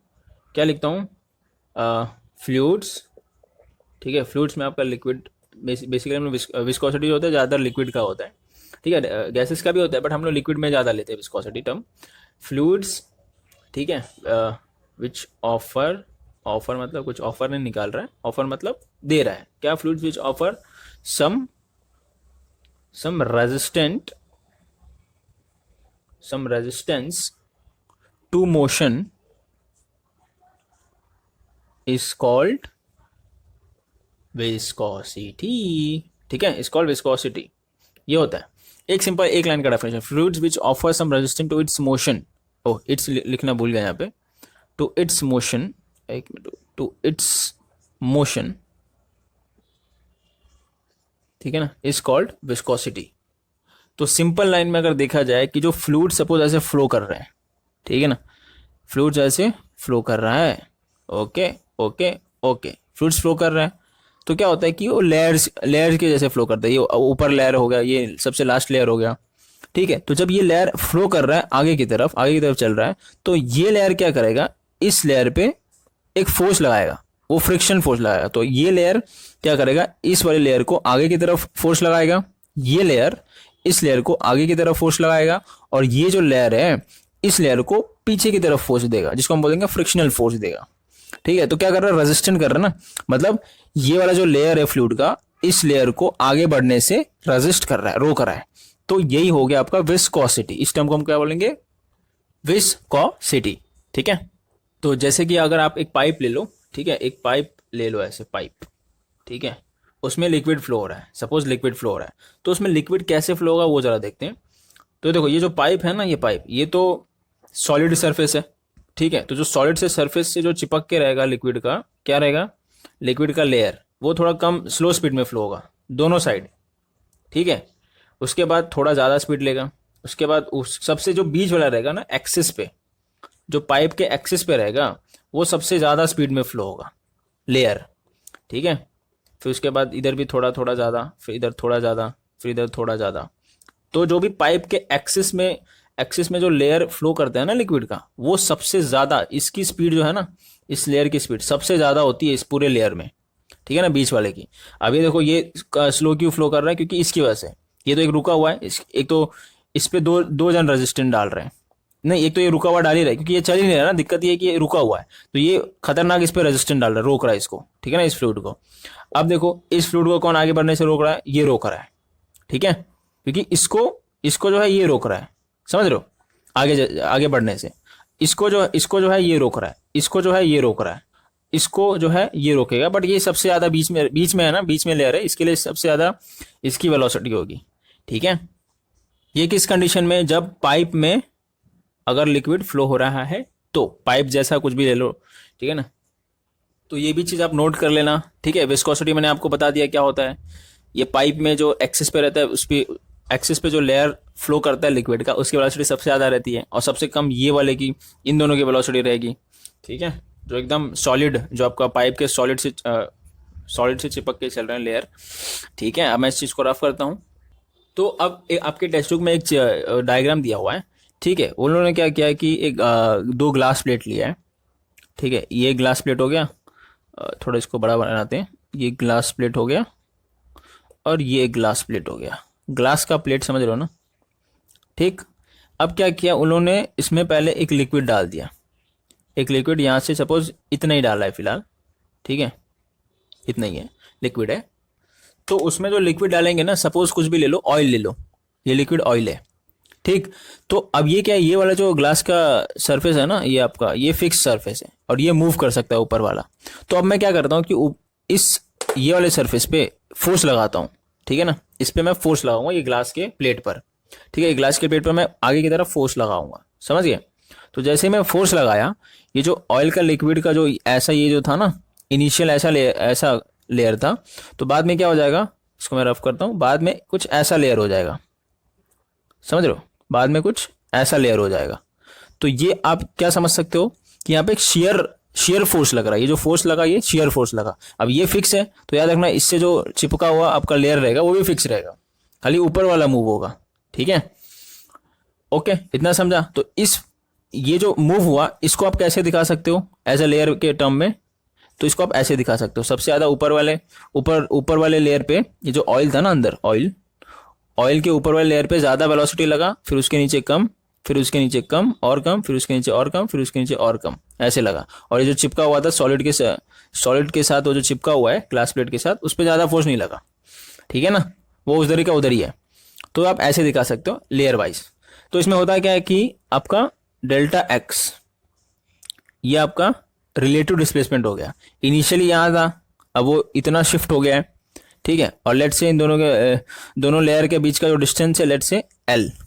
ओके, तो यार जब यहाँ पे शेयर फोर्स लग रहा है, ये फोर्स जो है शेयर फोर्स लग रहा है, तो जब शेयर फोर्स लगता है तो यार क्या आता है, शेयर स्ट्रेन आता है ना, शेयर स्ट्रेन। तो यहाँ पे जो शेयर स्ट्रेन होगा क्या होगा, सिंपल आपको पता है, डेल्टा एक्स बाई एल होता है ना, जितना शिफ्ट हुआ अपॉन ये जो ओरिजिनल लेंथ रहेगा वही होता है ना, ये बिटवीन द लेयर्स। तो ये आपका शेयर स्ट्रेन होता है, ये हमने सॉलिड्स में देखा था, मैकेनिकल प्रॉपर्टीज ऑफ सॉलिड्स में देखा था, है ना, यही होता है, याद है ना। लेकिन एक और चीज यहाँ पे देखो, जब फोर्स लग रहा है ना, अब ग्लास प्लेट पे आप फोर्स लगा रहे हो तो स्ट्रेस भी होगा, सीधी सी बात है। बट इस कंडीशन में जो लिक्विड का जो कंडीशन रहेगा ना, सॉलिड का नहीं, लिक्विड का जो कंडीशन रहेगा, उसमें देखो सॉलिड में क्या था, stress is directly proportional to strain था, है ना, याद है। बट इसमें क्या रहेगा कि स्ट्रेन का रेट रहेगा, stress is directly proportional to strain rate. अभी स्ट्रेन रेट क्या होता है, स्ट्रेन अपॉन टाइम होता है, कुछ नहीं होता है, समझ गए। देयरफॉर आप लेते चलना, ठीक है। तो ये प्रोपोर्शनलिटी हटाने के लिए मुझे कुछ तो लगाना पड़ेगा यहाँ पे। अब देखो स्ट्रेस को मैं क्या लिख सकता हूँ, फोर्स बाय एरिया, फोर्स तो लग ही रहा है। अब प्रोपोर्शनलिटी हटाने के लिए हम लोग को कुछ लेना पड़ता है, तो यहाँ पे हम लोग क्या लेंगे, ईटा, इसको हम लोग बोलते हैं ईटा। क्या डिनोट करते हैं, लिखते हैं हम लोग ई टी ए, ईटीसी होता है एक्सेट्रा, वैसे ई टी ए ईटा, ठीक है। तो ये हमने प्रोपोर्शनली हटाने के लिए ईटा हमने लगा दिया। अब स्ट्रेन रेट मैंने बताया कि स्ट्रेन अपॉन टाइम, तो स्ट्रेन आपको पता है डेल्टा एक्स अपॉन एल, ये हो गया आपका स्ट्रेन। अब रेट मतलब अपॉन टाइम, तो अपॉन टाइम आपका डेल्टा टी हम लोग लेंगे, ठीक है। अब ये जो डेल्टा टी है ये एल के साथ मल्टीप्लाई हो जाता है ना, ये कुछ नहीं तो डेल्टा टी अपॉन 1 है। फिर अगर आप डिवाइड को अगर ऊपर लेके आओ तो 1 अपॉन डेल्टा टी हो जाता है, इंटू 1 अपॉन डेल्टा टी। तो बेसिकली डेल्टा टी इसके पास आ जाता है, समझ गए, समझे कि नहीं समझे, हाँ बिल्कुल समझ गई। तो मैं 1 अपॉन डेल्टा टी को रफ कर देता हूँ, ठीक है ना, समझ गए। तो ये ईटा हो गया, ये बीच में ईटा हो गया। ईटा आपका क्या रहेगा वो भी आपको मैं बताता हूँ। तो देखो एक और चीज यहाँ पे बताने वाली बात है कि जो डेल्टा एक्स है क्या है, डिस्प्लेसमेंट है। और आपको पता है कि वेलोसिटी जो होता है वो क्या होता है, डिस्प्लेसमेंट अपॉन टाइम, ये होता है। तो डिस्प्लेसमेंट क्या होगा भैया, इसमें वेलोसिटी इंटू टाइम होगा, ठीक है ना, समझ गए। या फिर ऊपर वाले ये भी चलेगा, ये भी चलेगा। तो देखो क्या delta x by delta T को मैं वी लिख सकता हूं, क्योंकि displacement upon time nothing but velocity. तो अब देखो डेल्टा एक्स जो है ना, इसके बदले में वी डॉट डेल्टा टी भी लिख सकता हूँ बाय दिस इक्वेशन, ठीक है। ऐसा भी मैं आपके टेस्ट में दिया हुआ है, इसके लिए मैं ये आपको बताया। बट आपको पता है वेलोसिटी क्या होता है, डिस्प्लेसमेंट अपॉन टाइम होता है। तो ये जो टर्म आपको दिख रहा है ना, delta x by delta T, ये दिख रहा है ना, अच्छे से दिख रहा है। तो देखो उसके बदले क्या लिख सकते हैं हम लोग, वी लिख सकते हैं। तो ये टर्म ईटा है, याद रखना, ठीक है ना, नोट करते रहना। सो देयरफॉर आपके जो टेस्ट बुक में उसके हिसाब से पहले मैं चल रहा हूँ।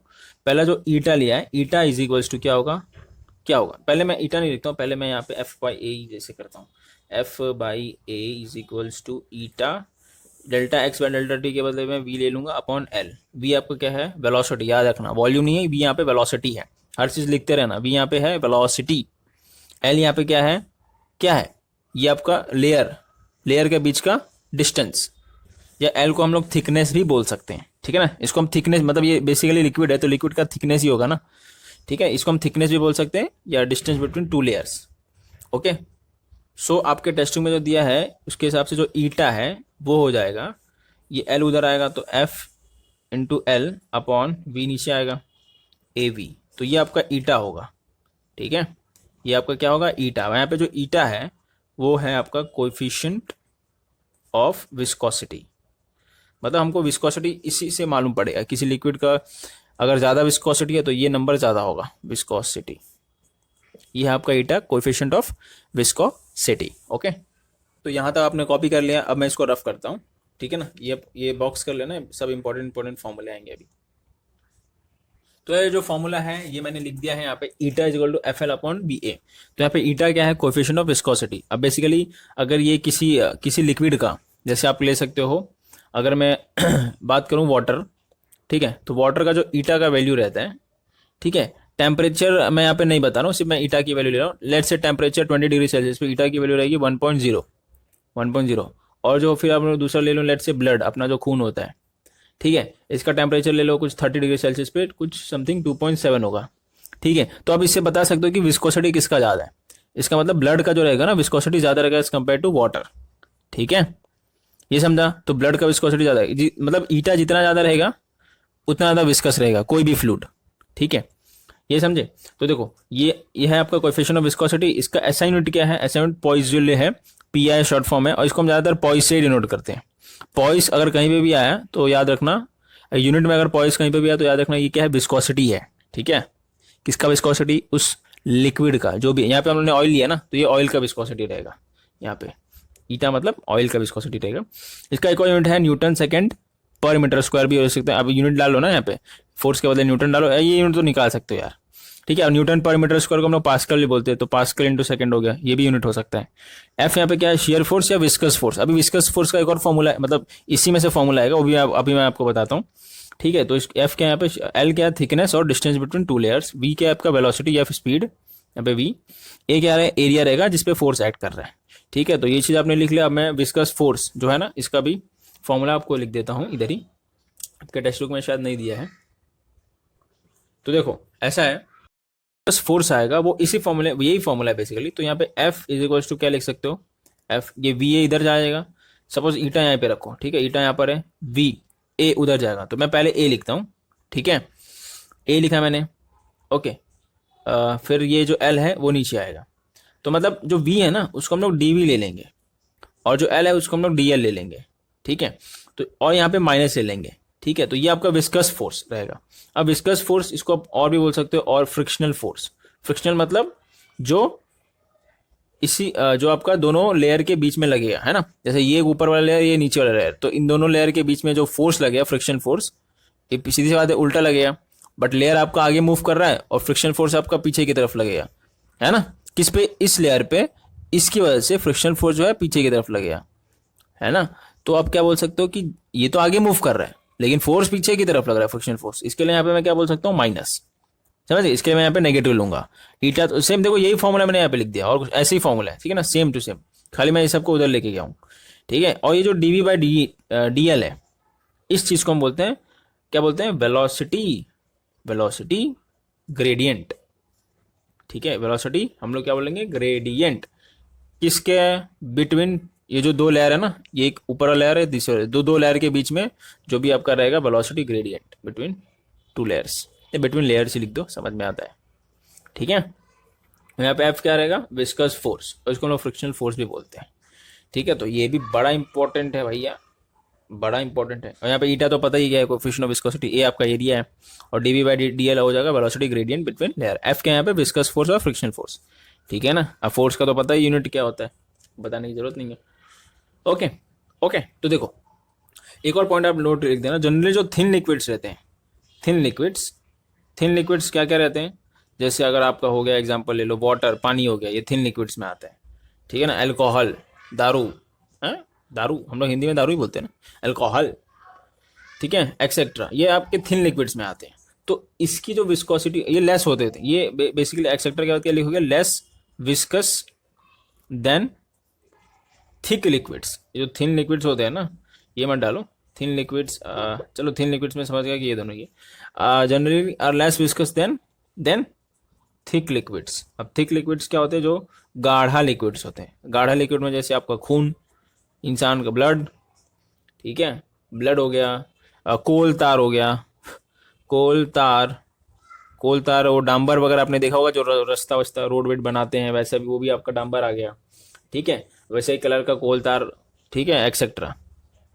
तो ये जनरली जो थिक लिक्विड्स होते हैं ना, ये ज़्यादा विस्कस होते हैं as compare to thin liquids. तो ये भी आप पॉइंट नोट करना बड़ा इंपॉर्टेंट है। और एक और पॉइंट है, वो मैं इसको रफ करके बताता हूँ। एक और जो पॉइंट है आपका, वो हम लोग देखेंगे कि जो लिक्विड्स है ना, लिक्विड्स, जैसे हमने लिक्विड्स की अगर बात की, तो लिक्विड्स में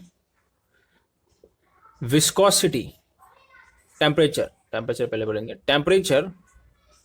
टेम्परेचर जो जब इंक्रीज होता है लिक्विड्स में, तो विस्कोसिटी उस लिक्विड का, जो जिस भी लिक्विड का आप टेम्परेचर इंक्रीज कर रहे हो, डिक्रीज होगा।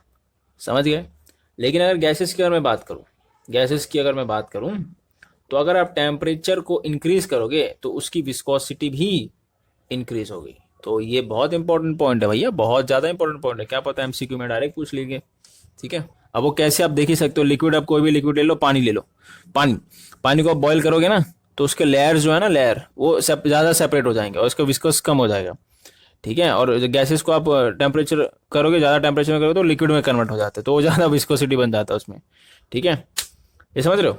तो ये आपको पॉइंट नोट करके रखना है, ओके। अब इसके बाद हम लोग एग्जाम्पल नंबर 10.9 पे आते हैं। 10.9, इसमें आप ये भी बोल सकते हो कि अगर टेम्परेचर कम होगा किसी लिक्विड का तो विस्कोसिटी बढ़ेगा, ठीक है, और इसमें भी टेम्परेचर कम होगा तो विस्कोसिटी कम होगा, ठीक है ना। ये मतलब लिक्विड में इन्वर्सली प्रोपोर्शनल है दोनों, टेम्परेचर और विस्कोसिटी, और गैसेस में टेम्परेचर और विस्कोसिटी दोनों डायरेक्टली प्रोपोर्शनल है, ओके ओके।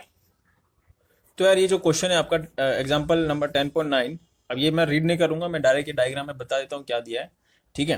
तो देखो ये एक ब्लॉक है, क्वेश्चन में दिया रहेगा, ये एक मेटल ब्लॉक है जो कि जिसका एरिया है 0.10 मीटर स्क्वायर, ठीक। और ये जो ब्लॉक है किससे कनेक्टेड है, ये इस मास से कनेक्टेड है। इसका जो मास है 0.01 kg है, ठीक है, इतना समझा। अब क्या किया है कि एक पुल्ले से पास करा है। अब ये पुल्ले जो है वो मासलेस और फ्रिक्शनलेस है। मासलेस मतलब मास नहीं है और इसमें फ्रिक्शन होगा, तो दो ना मासलेस है और ना मास है और ना फ्रिक्शन होगा इन दोनों के बीच में, ठीक है। क्योंकि अगर वो होगा तो अभी और भी अलग अलग कंडीशंस आ जाएंगे इसमें, तो इसके लिए इसमें बोला है कि मासलेस और फ्रिक्शनलेस है ये आपका पुल्ले, ओके। अब क्या किया, ये जो ब्लॉक है ना, इसके नीचे लिक्विड लगा दिया है, ठीक है, ठीक है, एक लिक्विड लगा दिया है। इस लिक्विड, ये जो काला काला दिख रहा है ना, लिक्विड लगा दिया है। तो उस लिक्विड का जो थिकनेस है, थिकनेस, उसका थिकनेस इसमें दिया है, कितना दिया है, उसका थिकनेस 0.30 दिया है mm, ओके। तो इस लिक्विड का थिकनेस आपको दे दिया है। अब क्या बोला है कि when release the block, block अगर राइट साइड में मूव करेगा कांस्टेंट स्पीड से, स्पीड दिया हुआ है, तो कोएफिशिएंट ऑफ विस्कोसिटी मतलब ईटा क्या होगा बेसिकली।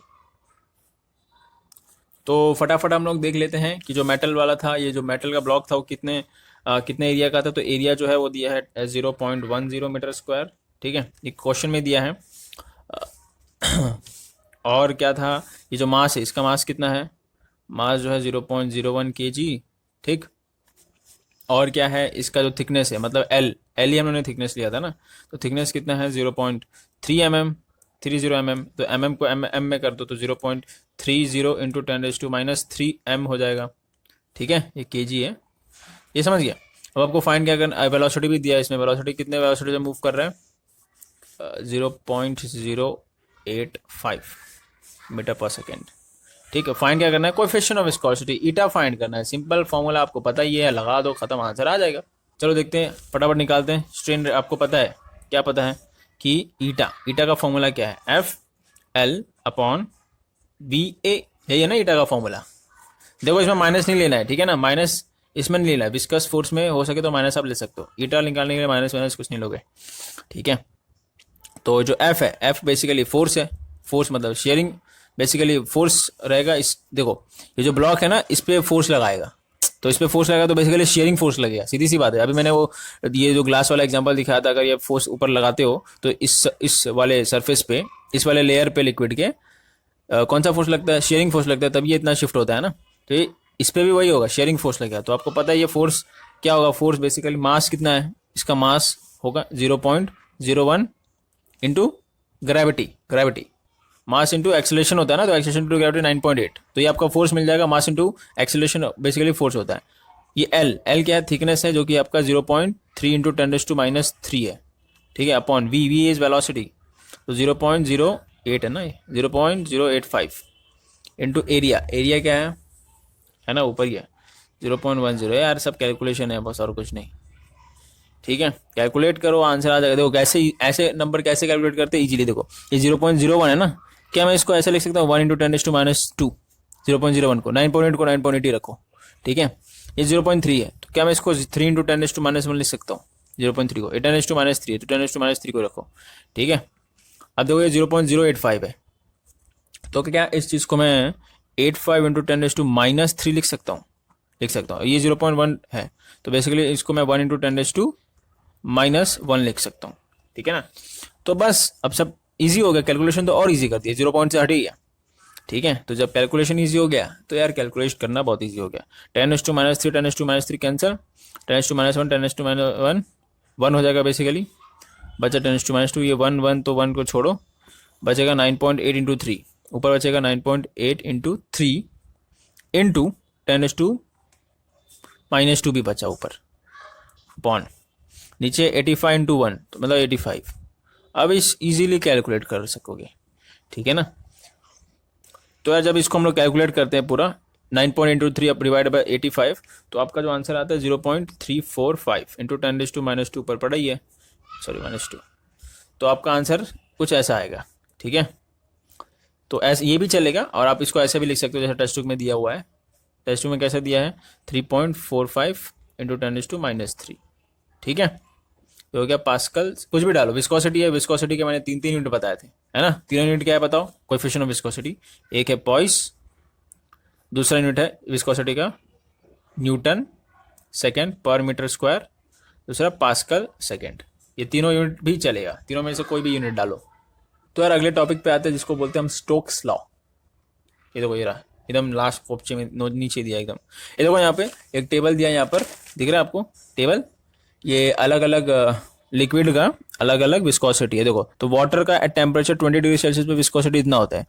अब जैसे कि मैंने यहाँ पे बताया था, ये जो लाइन देखो कि अगर टेम्परेचर इंक्रीज करोगे लिक्विड का तो विस्कोसिटी कम होता है, तो अगर वाटर को अगर 100 डिग्री सेल्सियस पे कर दिए देखो विस्कोसिटी इसकी कम हो गई, है ना, टेम्परेचर इंक्रीज इसकी है तो वाटर की विस्कोसिटी कम हो गई। अब ब्लड का जो 37 डिग्री सेल्सियस पे 2.7 है, ठीक है। मशीन ऑयल हो गया 16 डिग्री सेल्सियस पे इतना 113, टेम्परेचर को इंक्रीज करो विस्कोसिटी कम हो जाएगी, ये लिक्विड के, बट गैसेस के अलग होते हैं कंडीशन, टेम्परेचर इंक्रीज होगा तो विस्कोसिटी भी इंक्रीज होगी किसमें, गैसेस में, ठीक है। देखो यहाँ पे देखो एयर आपका क्या आता है, गैसेस, तो 0 टेम्परेचर पे 0.017 है, टेम्परेचर जैसे आपने इंक्रीज किया तो देखो बढ़ गया ना, 0.019 हो गया गैसेस का, ठीक है। तो ये टेबल आपका ये बताता है। अगला हम आते हैं स्टोक्स लॉ पे। तो यार स्टोक्स लॉ में हम लोग दो चीज़ें पढ़ेंगे, तो स्टोक्स लॉ क्या है और दूसरा हम लोग एक टर्मिनल वेलोसिटी पढ़ेंगे, ठीक है, इसके अंदर ही, ओके। तो यार बेसिकली स्टोक्स लॉ क्या है कि सपोज कोई लिक्विड है, ठीक है ना, सपोज कोई ऐसा ले लो लिक्विड है, ये लिक्विड है सपोज, ठीक है, ओके। ये कैसे, ये इधर फ्लो कर रहा है, तो क्या अगर इसके अंदर कोई सॉलिड ऑब्जेक्ट ले लो, कोई सॉलिड ऑब्जेक्ट, लेकिन ये सॉलिड ऑब्जेक्ट आगे की तरफ जा रहा है, ठीक है, ये सॉलिड ऑब्जेक्ट है, ये सॉलिड ऑब्जेक्ट आपका आगे की तरफ चल रहा है, ठीक है। जब आगे की तरफ लिक्विड के अंदर चल रहा है, याद रखना लिक्विड के अंदर जा रहा है वो, जैसे आप पानी के अंदर स्विमिंग करते हो ना, तो वैसे ये सॉलिड ऑब्जेक्ट है, ये पानी के अंदर स्विमिंग कर रहा है, ठीक है। तो जब ये पानी के अंदर चलेगा, पानी के अंदर है, ये लिक्विड के अंदर है, लिक्विड में पानी सब आता है ना, लिक्विड में पानी भी आता है, ऑयल भी आता है, हनी भी आता है, सब आता है, ठीक है। तो अब क्या होता है कि जो लिक्विड है, ये जो लिक्विड के मॉलिक्यूल्स रहेंगे इस पे फोर्स लगाएंगे, है ना, लिक्विड के जो मॉलिक्यूल्स रहेंगे जब ये आगे की तरफ जाएगा तो इस पे फोर्स लगाएंगे लिक्विड के मॉलिक्यूल्स, सीधी सी बात है, इसमें कोई नई बात क्या है। तो चलो मैं फोर्स जो है वो लिक्विड का जो फोर्स है वो ऐसे ब्लैक मार्कर से दिखाता हूँ।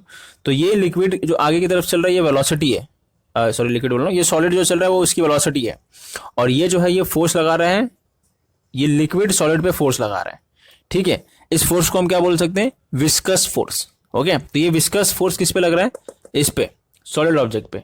तो यार स्टोक्स लॉ में क्या है बेसिकली, जो स्टोक्स एक साइंटिस्ट थे, ठीक है, सर जॉर्ज स्टोक, तो उन्होंने बेसिकली हर एक सॉलिड ऑब्जेक्ट, अलग अलग शेप के सॉलिड ऑब्जेक्ट का नहीं देखा, मतलब नहीं एक्सपेरिमेंट किया, खाली एक ऐसे सॉलिड ऑब्जेक्ट लिया उन्होंने जो कि आपका स्पेरिकल शेप का हो। तो ये आपका स्पेरिकल शेप है, वो अगर वो शेप का सॉलिड ऑब्जेक्ट लिक्विड के अंदर चल रहा है, तो उन्होंने ये देखा कि ये जो विस्कस फोर्स है जो लिक्विड लगा रहा है, ये जो विस्कस फोर्स है इस सॉलिड पर जो लिक्विड लगा रहा है, लेकिन हमेशा याद रखना है जो ये मतलब स्टोक्स लॉ में जो ऑब्जेक्ट है कौन सा ऑब्जेक्ट होना चाहिए, स्पेरिकल ऑब्जेक्ट, ठीक है, स्पेरिकल ऑब्जेक्ट।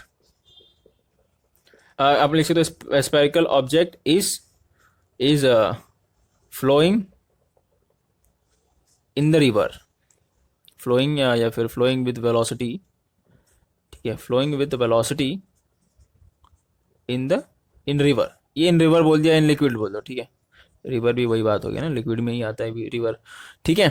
तो आपका जो विस्कस फोर्स है इसको हम लोग क्या बोलेंगे, चलो मैं पूरा लिख ही देता हूँ यहाँ पे, विस्कस फोर्स, इसको हम लोग आपके टेस्ट में विस्कस ड्रैग फोर्स भी लिखा है। ड्रैग मतलब क्या कि उसको पीछे की तरफ करेगा, मतलब जैसे इस पे टक्कर मारेगा लिक्विड के मॉलिक्यूल्स तो उसको पीछे की तरफ करेगा ना सॉलिड, तो ये ड्रैग फोर्स भी हो सकता है, ड्रैग फोर्स भी इसको बोलते हैं। विस्कस फोर्स ही आप बोलो तो भी बात कोई दिक्कत नहीं है। तो जो विस्कस फोर्स है वो किस किस में प्रोपोर्शनल होता है, जो विस्कस फोर्स है वो प्रोपोर्शनल रहेगा वेलोसिटी पे, किसकी वेलोसिटी, इस सॉलिड की वेलोसिटी, ठीक है ना, किसकी वेलोसिटी है, इस सॉलिड की वेलोसिटी, ये जो आपका सॉलिड ऑब्जेक्ट है वो जो फ्लो कर रहा है उसकी वेलोसिटी। और किस पे डिपेंड करेगा, और डिपेंड करेगा विस्कोसिटी ऑफ फ्लूइड, ये जो फ्लूइड है ना इसकी विस्कोसिटी पे डिपेंड करेगा, इसकी कोई ना कोई विस्कोसिटी रहेगी, ठीक है। और किस पे डिपेंड करेगा, डिपेंड करेगा जो जो आपका ऑब्जेक्ट है वो आपका स्पेरिकल शेप का है, तो उसका साइज पे डिपेंड करेगा, मतलब उसका बेसिकली कौन कितना है, वो छोटा, इतना छोटा ऑब्जेक्ट है या इतना बड़ा ऑब्जेक्ट है या कितना कितना बड़ा ऑब्जेक्ट है, ठीक है। तो बेसिकली हम लोग उसका साइज किससे डिनोट कर सकते हैं, रेडियस से, है ना, इसका रेडियस से हम लोग इसका एरिया सब चीज निकाल सकते हैं। तो बेसिकली हम लोग किस पे डिपेंड करेगा, रेडियस पे। आपके टेक्स्ट बुक में इस चीज को ए लिया हुआ है, रेडियस को, ठीक है। आपके टेक्स्ट बुक में याद रखना जो रेडियस है उसको क्या लिया हुआ है, ए लिया हुआ है, तो कंफ्यूज मत होना। तो इस सब चीज पे डिपेंड करेगा, ओके। तो बाद में हमको एक प्रोपोर्शनलिटी कांस्टेंट लगाना पड़ेगा जिसको हम लोग के बोलेंगे, वी ये भी आपका वेलोसिटी है, ये ईटा है जो कि कोएफिशिएंट ऑफ विस्कोसिटी, आर आपका रेडियस है। तो हमको पता नहीं है, क्या पता नहीं है, हमको पता ही नहीं है कि वी का पावर क्या है, ईटा का पावर क्या है, आर का पावर क्या है, ये सब हमको पता ही नहीं है, ठीक है। तो ये आप कैसे पता कर सकते हो, डायमेंशनल फॉर्मूले से पता कर सकते हो, ठीक है ना। किससे पता कर सकते हो, डायमेंशनल फॉर्मूले से आप पता कर सकते हो। चलो मैं आपको यहीं पे बता देता हूँ डायमेंशनल फॉर्मूला से कैसे मालूम करेंगे। देखो लेट से इसका पावर ए रहेगा, इसका पावर बी, इसका पावर सी, यहाँ पे लेते हैं ए बी सी, ठीक। तो फोर्स का डायमेंशन क्या होता है, डायमेंशन याद है ना, डायमेंशन जो हम लोग निकालते हैं फॉर्मूला, अरे वही चीज़ है, डायमेंशन हम लोग देखा था ना यूनिट मेजरमेंट में। तो फोर्स का जो डायमेंशन है वो क्या होगा, ये फोर्स का डायमेंशन होगा L1 M1 T-2। ये क्या आपका कांस्टेंट टर्म है, इसका कांस्टेंट टर्म का डायमेंशन होता है, वी आपका वेलोसिटी है, वेलोसिटी का डायमेंशन क्या होगा, L1 T-1, ठीक है। ईटा, ईटा आपका कोएफिशिएंट ऑफ विस्कोसिटी है, इसका डायमेंशन क्या होगा आपके टेक्स्ट बुक में दिया है, ठीक है। और आपको निकाल भी सकते हो, ईटा का फॉर्मूला आपको पता ही है, डायमेंशन आप निकाल सकते हो, ठीक है, ठीक है। तो ये ईटा का डायमेंशन है, आपका टेक्स्ट बुक में दिया, आप निकाल भी सकते हो, ईटा का फॉर्मूला आपको पता है ना, FL अपॉन क्या था, VA, तो उससे आप डायमेंशन भी निकाल सकते हो। और ये आपका रेडियस, रेडियस का डायमेंशन L1 होगा, ठीक। तो ये हो गया आपका पूरा L-1 L1, मतलब ये L-1 तो जीरो हो जाएगा, सिर्फ L1 बचेगा, तो ये L1 हो गया यहाँ पर, ठीक है। M देखा जाए तो सिर्फ M1 और T-1 T-2 बचेगा यहाँ पे, ठीक है। और ABC तो लेना ही भूल गया यार, ये रेज टू पावर A है, रेज टू पावर B है, रेज टू पावर C है, ठीक है। तो ये A हो जाता है, तो ये होता है A, देखो एक मिनट रुका, तो ये क्या होगा आपका, एक मिनट मार्कर की तो यार ब्लैक मार्कर, तो ये जो टर्म होगा वो आपका LA होगा, T-A होगा, ठीक है, ये पूरा टर्म हो गया। और ये टर्म होगा L-B होगा, MB होगा और T-B होगा, ठीक है। ये हो जाएगा L-C। अब L टर्म वाले साथ में आएंगे तो L-A-B प्लस C हो जाएगा, ठीक है ना, ये समझ गया, L।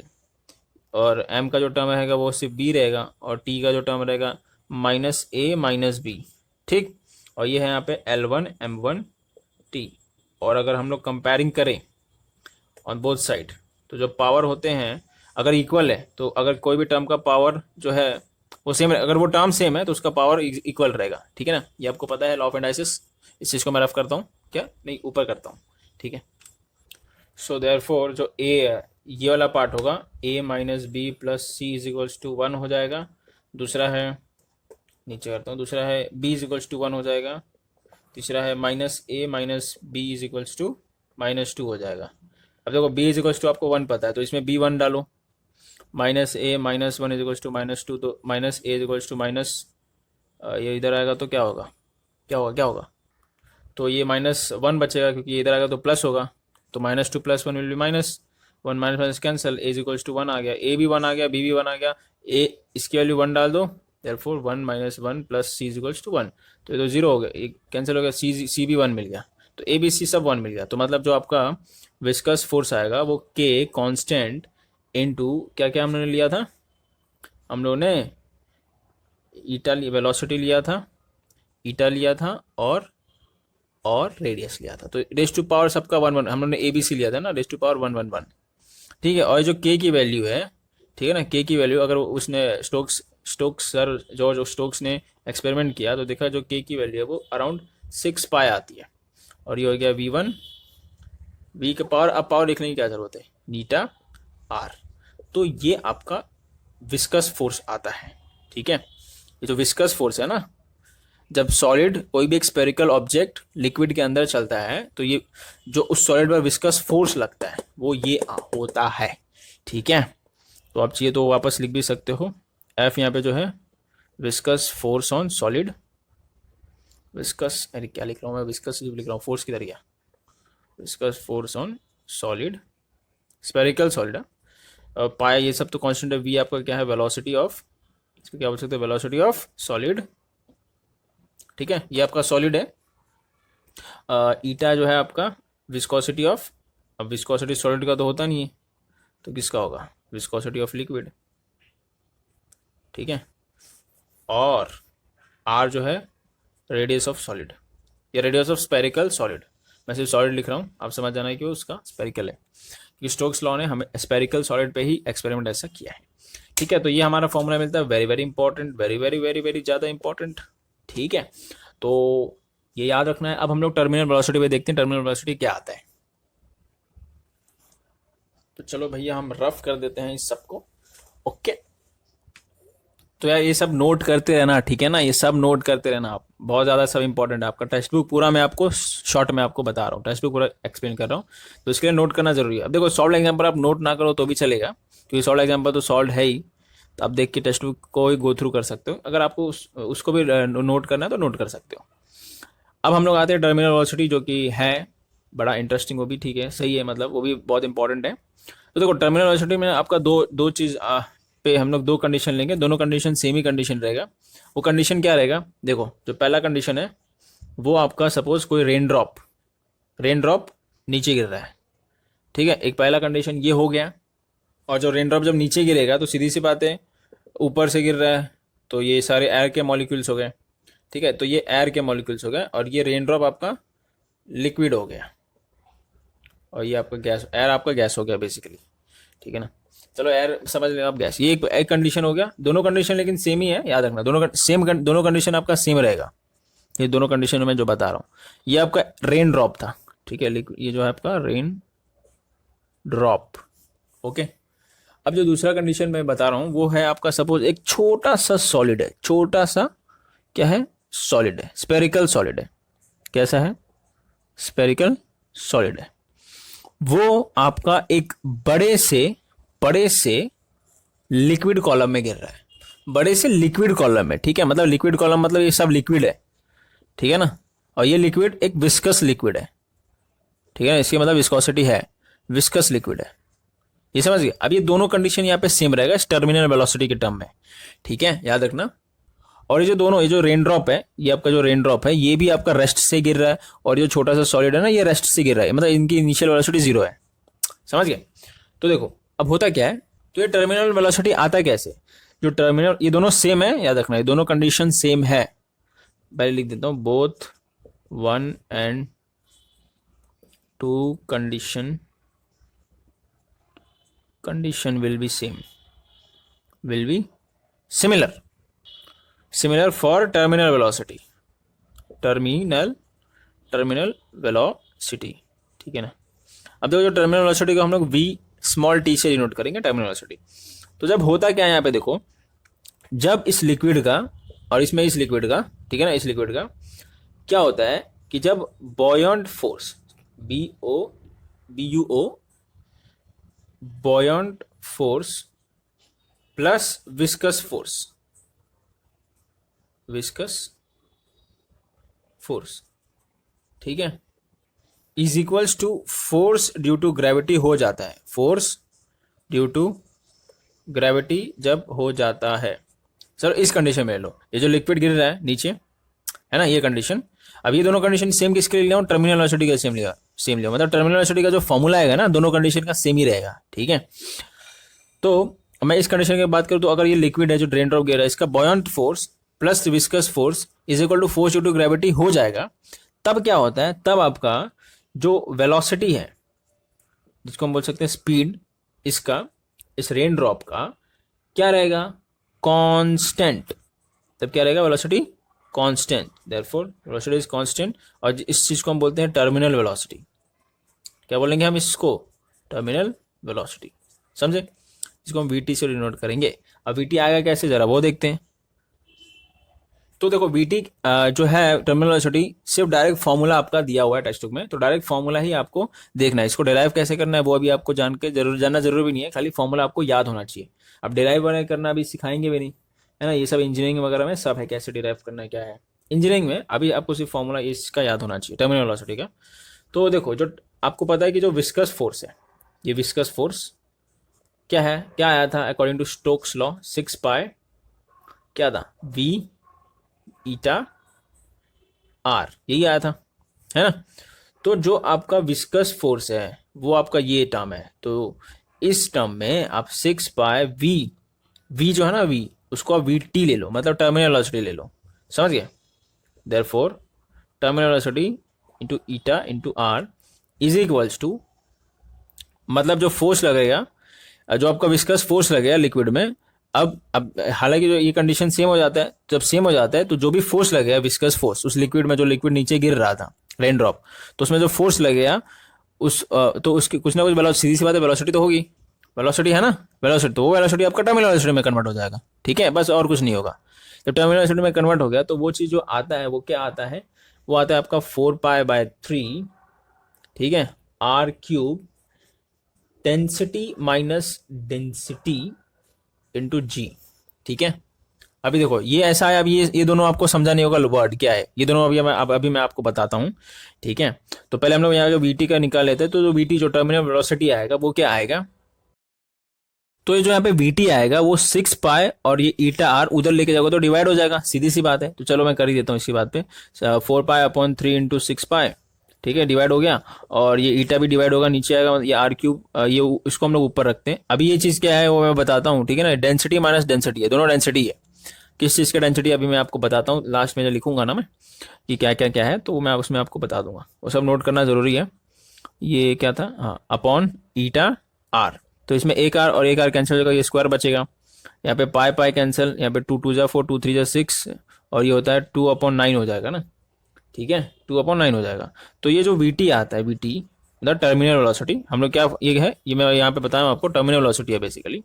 और टर्मिनल वेलोसिटी क्या होता है, जब buoyant force plus viscous force equal to force due to gravity हो जाता है तब। किसका, ये मैं रेन ड्रॉप की बात कर, रेन ड्रॉप जो नीचे गिर रहा था ना, रेन ड्रॉप जब वो नीचे गिरता है, इस कंडीशन में रेन ड्रॉप की जो वेलोसिटी है वो कांस्टेंट हो जाती है जब ये होता है, तो और जब कांस्टेंट होती है तो उसको हम बोलते हैं टर्मिनल वेलोसिटी। तो हम लोग इसी टर्मिनल वेलोसिटी की इक्वेशन निकाल रहे हैं। तो जो VT आएगा वो क्या आएगा, वो आएगा कुछ इस तरीके से 2R, ठीक है, 2R², ठीक है। यहाँ रहेगा डेंसिटी, इसको मैं नीचे वाले को रफ कर देता हूँ, तो डेंसिटी माइनस डेंसिटी, एक मिनट, ये रेड पेन, ये रेड कहाँ से आ गया, रेड मार्कर, डेंसिटी, ये डेंसिटी दोनों क्या है अभी मैं आपको बताता हूँ, लास्ट में बताता हूँ, ये अपॉन 9 ईटा, देखो ना यहाँ पे 3 3 9 हो गया, 9 ईटा ही बचेगा। तो ये आपका टर्मिनल वेलोसिटी आता है। यहाँ पे जो VT है, VT क्या है आपको पता है कि ये टर्मिनल वेलोसिटी है, टर्मिनल वेलोसिटी, ये मैं आपको बताने की ज़रूरत नहीं है, वीटी आपका टर्मिनल वेलोसिटी है। बाकी क्या है, बाकी ज़रा देखते हैं। यहाँ पे जो आर है वो आपको पता है रेडियस रहेगा, रेडियस रहेगा। देखो हम लोग दो कंडीशन लिए थे ना, अब मैंने क्या बताया कि दोनों कंडीशन में वीटी सेम रहेगा, ठीक है। डेंसिटी को बराबर लिखा है ना, डेंसिटी, ठीक है, दोनों कंडीशन में डेंसिटी सेम रहेगा। तो मैं दोनों कंडीशन वाला कब मैं बता देता हूँ कि क्या है। डायग्राम तो आपने ऊपर ड्रॉ किया रहेगा। तो फॉर कंडीशन वन, कंडीशनर बोल रहा हूँ, कंडीशन वन, ठीक है। कंडीशन वन जो आर है, आर क्या रहेगा, radius of drop, rain drop, ठीक है, रेन ड्रॉप। उसके लिए ये डेंसिटी किसका रहेगा, ये रहेगा डेंसिटी ऑफ रेन ड्रॉप, ठीक है। मैंने दो कंडीशन लिया था, याद करो। और ये रेन ड्रॉप क्या है, लिक्विड है बेसिकली। और ये वाला जो रहेगा ना, ये डेंसिटी ऑफ एयर रहेगा, समझे। ये मैं कंडीशन वन की बात बता रहा हूँ। और जी तो पता ही है, ग्रेविटी। और ईटा यहाँ पे क्या रहेगा कंडीशन वन में, ईटा आपको पता है ना, ईटा क्या है, विस्कोसिटी ऑफ रेन ड्रॉप। अब विस्कोसिटी हमेशा लिक्विड का ही रहता है, मैंने आपको बताया विस्कोसिटी ज़्यादातर लिक्विड का रहता है, लिक्विड का ही रहता है विस्कोसिटी, ठीक है, एयर का नहीं होगा। विस्कोसिटी ऑफ रेन ड्रॉप, ठीक है। ये तो ये कंडीशन वन हो गया। अब कंडीशन टू का देखते हैं। फॉर कंडीशन टू मैंने दो कंडीशन लिया था। कंडीशन टू तो जो आर रहेगा वो आर रहेगा रेडियस ऑफ, अब इसमें क्या गिर रहा था, वो सॉलिड गिर रहा था ना, रेडियस ऑफ सॉलिड, वो स्पेरिकल सॉलिड। इस फॉर्मूले में ये रहेगा डेंसिटी ऑफ सॉलिड, ठीक है ना, सॉलिड इसका डेंसिटी। और ये रहेगा डेंसिटी ऑफ लिक्विड जिसमें गिरा था, viscous liquid, density of viscous liquid जिसमें वो गिर रहा था, विस्कस लिक्विड, ठीक है। और जी तो ग्रेविटी है। और ईटा रहेगा डेंसिटी ऑफ, वही डेंसिटी बोल रहा हूँ, विस्कोसिटी ऑफ लिक्विड, वही। अब जो विस्कस लिक्विड था उसका रहेगा ना विस्कोसिटी ऑफ लिक्विड, ठीक है।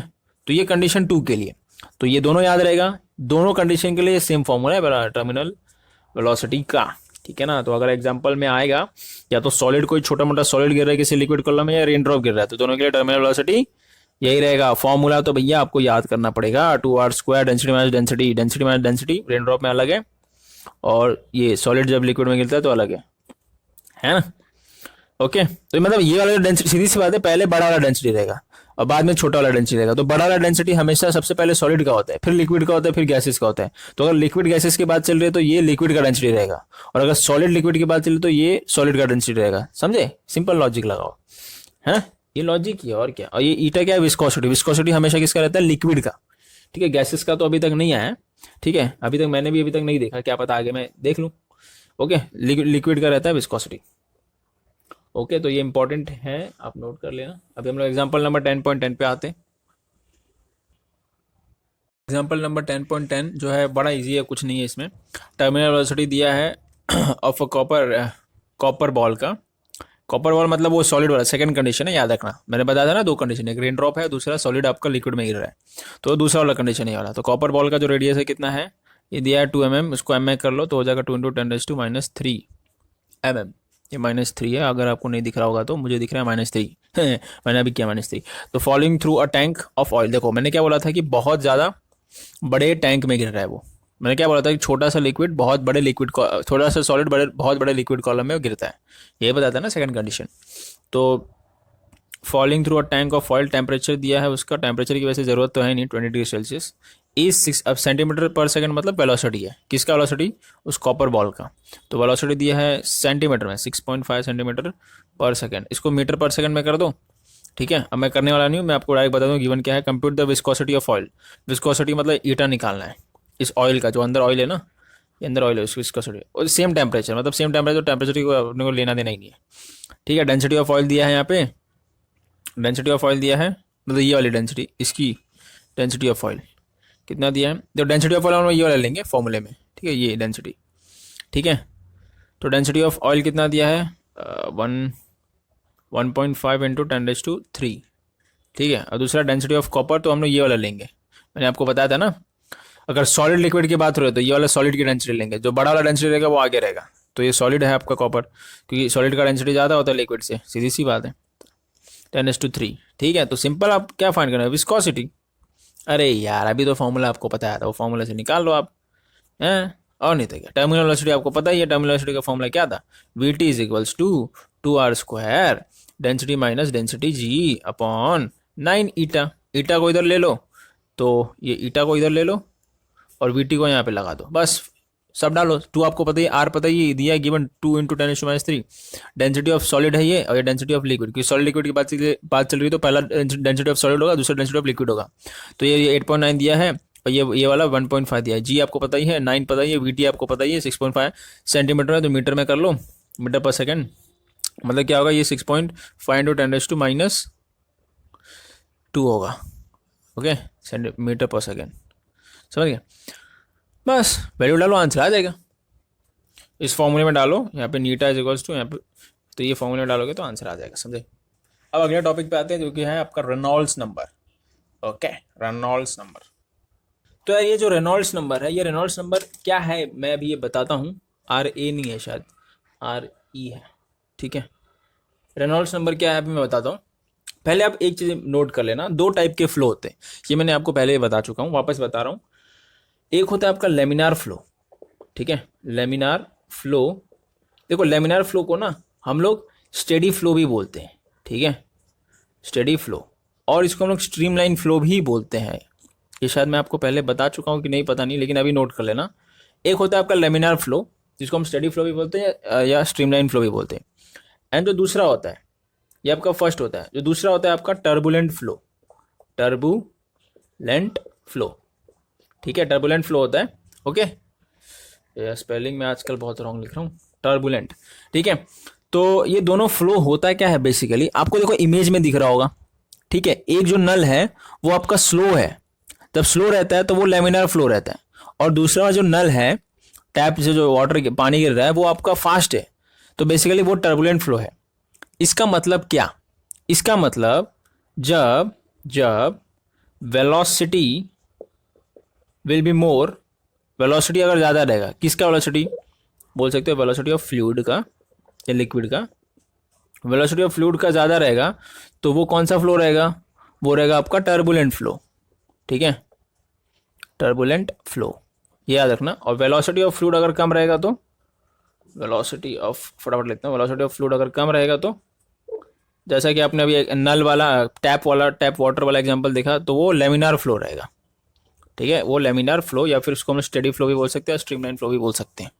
या ऐसा आप काम करो, एरो डाल दो, ऐसे एरो से आपको इजीली समझ में आ जाएगा। ठीक है, ये समझे। ओके, तो देखो अब इसमें वेलोसिटी ऑफ फ्लूइड जब ज़्यादा रहेगा तो टर्बुलेंट फ्लो होता है, और जब वेलोसिटी ऑफ फ्लूइड कम रहेगा तो लेमिनार फ्लो होता है, जिसको हम स्टेडी फ्लो भी बोलते हैं, स्ट्रीमलाइन फ्लो। वापस मैंने आपको बता दिया, रिपीट कर दिया ताकि आपका रिवाइज हो जाए। अब देखो, अब जब ये वाला कंडीशन रहेगा कि जब अगर वेलोसिटी ऑफ फ्लूइड ज़्यादा है, मतलब ऐसे पानी चल रहा है, बहुत तेज़ी से चल रहा है, और बीच में कोई पत्थर आ गया, ठीक है ना, बीच में कोई आपका रॉक कुछ भी ऑब्स्टेकल आ गया, तो जब वो एकदम तेज़ी से चल रहा है ना, वेलोसिटी ज़्यादा है, मतलब वो टर्बुलेंट फ्लो में है, तो जब वो टर्बुलेंट फ्लो में है, तो जैसे इसको टक्कर मारेगा, तो ये पत्थर को टक्कर मारेगा, तो कुछ ऐसा ऐसा ऐसा ऐसा ऐसा हो जाएगा, है ना, मतलब कि इधर उधर जाने लगेगा, कैसे भी चलने लगेगा। ठीक है, तो ये क्या होता है, जब लिक्विड आपका या पानी फ्लूइड जब फास्ट टर्बुलेंट फ्लो में रहता है और किसी ऑब्स्टेकल पे टक्कर मार दे, तो उस लिक्विड के अंदर क्या आ जाता है, टर्बुलेंस आ जाता है, टर्बुलेंस, क्योंकि वो टर्बुलेंट फ्लो में है। अब जैसे ही कोई ऑब्स्टेकल है बीच में, तो उस लिक्विड में आ गया टर्बुलेंस। अब टर्बुलेंस क्या होता है बेसिकली, टर्बुलेंस होता है अनस्टेडी मूवमेंट, अनस्टेडी मूवमेंट। अब अनस्टेडी मूवमेंट किसका हो रहा है, लिक्विड का हो रहा है। अनस्टेडी मूवमेंट मतलब क्या, कि कभी इस लिक्विड की वेलोसिटी कम होगी, कभी ज़्यादा होगी, कहीं कम होगी, कहीं ज़्यादा होगी, कहीं कम होगी, कहीं ज़्यादा होगी, ये हो गया अनस्टेडी मूवमेंट। तो जब वेलोसिटी इस लिक्विड की कहीं कम होगी, तो तब काइनेटिक एनर्जी लॉस हो जाएगा, और जब इस आपका लिक्विड की या फ्लूइड की काइनेटिक एनर्जी ज़्यादा रहे, वेलोसिटी ज़्यादा रहेगी, तो काइनेटिक एनर्जी ज़्यादा हो जाएगी। इसका मतलब क्या हो रहा है कि कभी जब ये टर्बुलेंस में है, ये जो वाटर है ना, ये पत्थर ऑब्स्टेकल पत्थर को टक्कर मारने के बाद, ये जो वाटर है, लिक्विड है आपका, वो टर्बुलेंस में जब रहता है, तो टर्बुलेंस में क्या होता है, कभी काइनेटिक एनर्जी लॉस होता है, तो कभी काइनेटिक एनर्जी गेन होता है, समझे। तो बस मैं ये बताना चाह रहा हूँ। अब रेनॉल्ड्स नंबर क्या होता है, जरा ये आते हैं, इस पे चर्चा करते हैं, ये है क्या। ठीक है, और अगर आपको सीक्वेंस वाइज याद रखने के लिए अगर आपको ऐसा करना है, तो पहले वेलोसिटी कम ले लेना, ठीक है, मतलब पहले वेलोसिटी लेमिनार नीचे कम होने लेना तो लेमिनार फ्लो हो गया, फिर वेलोसिटी ज़्यादा लेना तो टर्बुलेंट फ्लो हो गया, मतलब क्योंकि मैंने पहले लेमिनार बोला फिर दूसरा टर्बुलेंट बोला ना, तो आप पहले वेलोसिटी कम ले लेना, समझ गए ना आप, सीक्वेंस वाइज अगर अच्छे से याद करना है तो अभी हम लोग रेनॉल्ड्स नंबर पे आते हैं। तो रेनॉल्ड्स नंबर बेसिकली क्या है कि अगर सपोज किसी पाइप में, ठीक है, किसी पाइप में कोई लिक्विड फ्लो कर रहा है, ठीक है, कोई लिक्विड फ्लो कर रहा है, तो हमें कैसे मालूम पड़ेगा कि ये जो लिक्विड फ्लो कर रहा है इस पाइप के अंदर वो लेमिनार फ्लो है या टर्बुलेंट फ्लो है, लेमिनार और टर्बुलेंट फ्लो है, ठीक है, ओके। क्योंकि अगर क्या होता है कभी कभी अगर पाइप सपोज नाजुक रहा, ठीक है, पाइप सपोज नाजुक रहा, तो अगर वो टर्बुलेंट फ्लो में रहा, उसके अंदर पाइप नाजुक है, अब वो उसमें अंदर जो लिक्विड है वो टर्बुलेंट फ्लो रहा, तो क्या होगा, कई कई बार क्या होता है कि जब पाइप नाजुक होता है तो उस पर टक्कर मारेंगे पाइप के सरफेस पे तो ये पाइप फट सकता है ना, ये पाइपें जब टर्बुलेंट फ्लो रहा अंदर लिक्विड तो पाइपें फट सकती है, मतलब डैमेज हो सकती है, डैमेज हो सकता है, ठीक है ना। तो इसके लिए हमें जानना है कि लिक्विड, हमें कैसे मालूम पड़ेगा कि टर्बुलेंट फ्लो है या फिर लेमिनार फ्लो है उस पाइप के अंदर जो लिक्विड चल रहा है, ठीक है। तो रेनॉल्ड्स ने क्या किया, उन्होंने एक नंबर दिया, रेनॉल्ड्स ने एक डायमेंशनलेस नंबर दिया, डायमेंशनलेस, ठीक है, डायमेंशनलेस, सही है ना, हाँ, उन्होंने एक डायमेंशनलेस नंबर दिया, ठीक है, उस नंबर को हम लोग रेनॉल्ड्स नंबर से जानते हैं, जिसको हम लोग डिनोट करेंगे आर ई, और ये नंबर हमें बता देगा कि वो जो पानी फ्लो कर रहा है पाइप के अंदर वो लेमिनार है या टर्बुलेंट है, ठीक है। तो डायमेंशनलेस नंबर जो है ना, ये इसका एक फॉर्मूला आया सिंपल सा, ये जो नंबर है ये किस पे डिपेंड करेगा, ये डिपेंड करेगा density of what, density of liquid, ठीक है, डेंसिटी पे डिपेंड करेगा, वो वेलोसिटी पे डिपेंड करेगा, वेलोसिटी ऑफ लिक्विड, क्योंकि सीधी सी बात है टर्बुलेंट फ्लो आपका वेलोसिटी पे डिपेंड करती है, लेमिनार फ्लो भी, अगर वेलोसिटी कुछ ज़्यादा ही है तो टर्बुलेंट फ्लो, लेमिनार जब वेलोसिटी कम है तो लेमिनार फ्लो, तो वेलोसिटी पे डिपेंड करेगा। और डी आपका रहेगा डायमीटर, कि पाइप का डायमीटर कितना है, ठीक है, ये पाइप में चल रहा है ना पानी, तो पाइप का डी आपका बेसिकली डायमेंशन भी हो गया, डायमीटर बोल दो आप, ठीक है, divide by viscosity of liquid. इसका मतलब क्या है कि अगर आपका जो लिक्विड जो पाइप अंदर चल रहा है उसकी विस्कोसिटी कम रहेगी, ठीक है, तो अगर कम रहेगी तो आपका वो जो नंबर है वो मतलब इजीली बता सकता है कि लेमिनार है कि टर्बुलेंट। लेकिन अगर आप देखोगे तो ये मेनली ज़्यादातर जो लेमिनार फ्लो या टर्बुलेंट फ्लो है वो सिर्फ वेलोसिटी पे ज़्यादा डिपेंड करते हैं, ज़्यादातर मतलब मैक्सिमम वेलोसिटी पे डिपेंड करेगा, ये सब पे डिपेंड करेगा डेंसिटी और विस्कोसिटी पे, लेकिन जो ज़्यादा आपका डिपेंडेंट है वो वेलोसिटी पर ही रहेगा, ठीक है। तो ये बेसिकली रेनॉल्ड्स नंबर ने एक फॉर्मूला दिया, ठीक है, इसमें जो ये रहेगा वो क्या रहेगा, मैं यहाँ पे लिख देता हूँ, डेंसिटी ऑफ लिक्विड, फटाफट लिख देता हूँ, डेंसिटी ऑफ लिक्विड रहेगा, वी रहेगा वेलोसिटी ऑफ लिक्विड, ज़्यादा इस पर डिपेंड करेगा आपका रेनॉल्ड्स नंबर, और ज़्यादा इस चीज़ पे डिपेंड करेगा कि वो टर्बुलेंट फ्लो है laminar flow, velocity of liquid. D आपका रहेगा डायमीटर या डायमेंशन, डायमीटर ऑफ पाइप ले लो, डायमीटर, अरे यार, डायमीटर और डायमेंशन, ठीक है, डायमेंशन ऑफ पाइप या जिसमें लिक्विड फ्लो हो रहा है, ऑफ पाइप ही मैं लिख देता हूँ यहाँ पे, ठीक है। और जो ईटा है वो तो आपको पता ही है क्या है, विस्कोसिटी ऑफ लिक्विड, ठीक है। तो ये रेनॉल्ड्स नंबर ही ऐसा नंबर दिया। अब देखो इसमें होता क्या है कि रेनॉल्ड्स नंबर ने कहा, क्या कहा उन्होंने, रेनॉल्ड्स नंबर ने एक्सपेरिमेंट किया, तो उन्होंने ये बोला कि अगर रेनॉल्ड्स नंबर लेस देन कितना है, लेस देन 1000 आता है, ठीक है, मतलब ये जो आ रही है ये पूरा कैलकुलेट करने के बाद लेस देन 1000 आता है, ठीक है, तो जो फ्लो है, फ्लो इज लेमिनार फ्लो, जो लिक्विड का फ्लो है वो कौन सा फ्लो रहेगा, लेमिनार फ्लो। और अगर जो रेनॉल्ड्स नंबर है ग्रेटर देन 2000 आता है, ठीक है, ग्रेटर देन 2000, तो जो फ्लो है वो है आपका टर्बुलेंट फ्लो रहेगा, ठीक है, ये भी आपको याद रखना है, टर्बुलेंट फ्लो रहेगा जो लिक्विड का फ्लो है पाइप के अंदर, ठीक है। तो ये सब आप इंपॉर्टेंट नोट करते रहना, मैं अभी और 2-3 पॉइंट है मैं रफ करके आपको बताता हूँ, ये इंपॉर्टेंट है इसका फॉर्मूला रेनॉल्ड्स नंबर का, ओके। जैसा कि हमें पता है कि रेनॉल्ड्स नंबर का जो फॉर्मूला है, आपको क्या पता है कि डेंसिटी है, वेलोसिटी है, डायमेंशन या फिर आप बोल सकते हो डायमीटर है जिसमें लिक्विड फ्लो कर रहा है, और ये विस्कोसिटी, ठीक है, ये आपका फॉर्मूला है।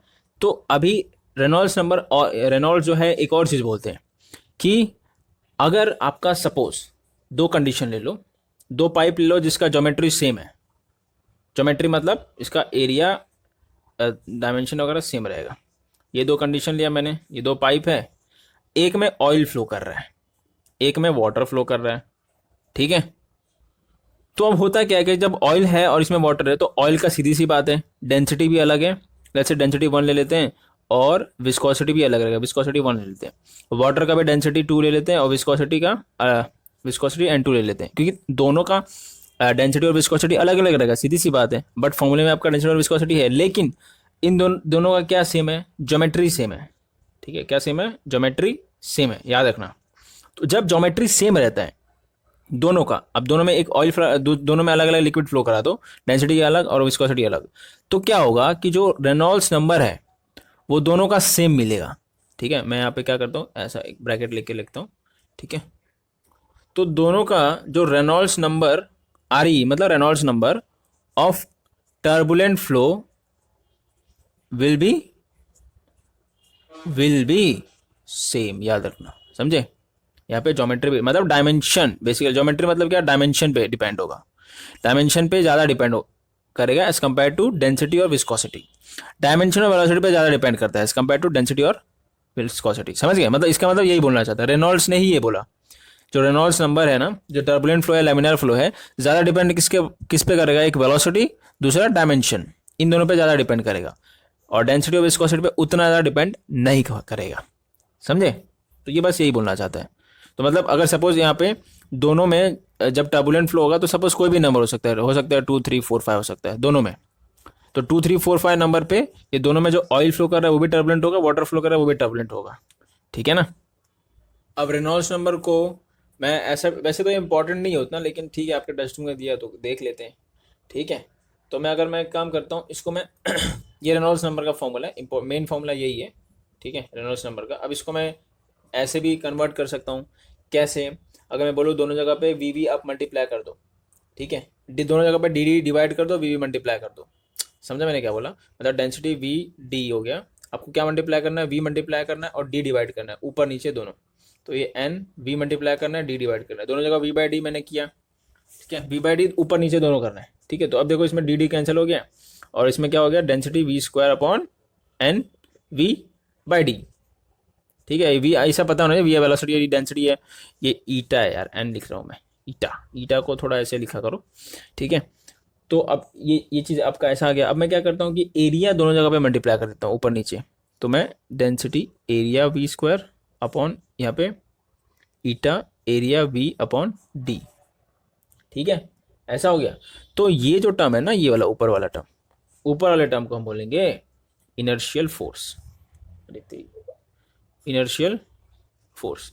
तो ये हो गया ऊपर वाला इनर्शियल फोर्स, और जो नीचे वाला है आपका NAV/D, ये डिवाइड बाय इधर है, NAV/D, ये रहेगा आपका, ये क्या रहेगा, विस्कस फोर्स, ठीक है। इसको हम लोग विस्कस फोर्स भी बोलेंगे या फोर्स ऑफ विस्कोसिटी बोलेंगे, फोर्स ऑफ विस्कोसिटी या विस्कस फोर्स, ठीक है। तो इसको हम लोग ऐसा भी लिख सकते हैं रेनॉल्ड्स नंबर को, बट वो फॉर्मूला ये है, ठीक है। यहाँ पे आगे लिख देता हूँ, डेंसिटी एरिया V² अपॉन ईटा AV/D, ठीक है, समझ में आ गया। तो हम लोग रेनॉल्ड्स नंबर को ऐसा भी लिख सकते हैं, हालांकि ये इतना इंपॉर्टेंट नहीं है, बट ठीक है, आपको आप कर लो। क्या किया मैंने, बस रेनॉल्ड्स नंबर आपको याद होना चाहिए, V/D दोनों जगह किया, V/D करने के बाद जो भी मिलता है उसमें A मल्टीप्लाई कर दिया, ठीक है ना।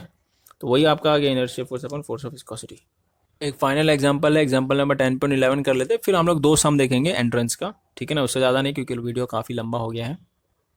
तो देखो यार, तो जो 10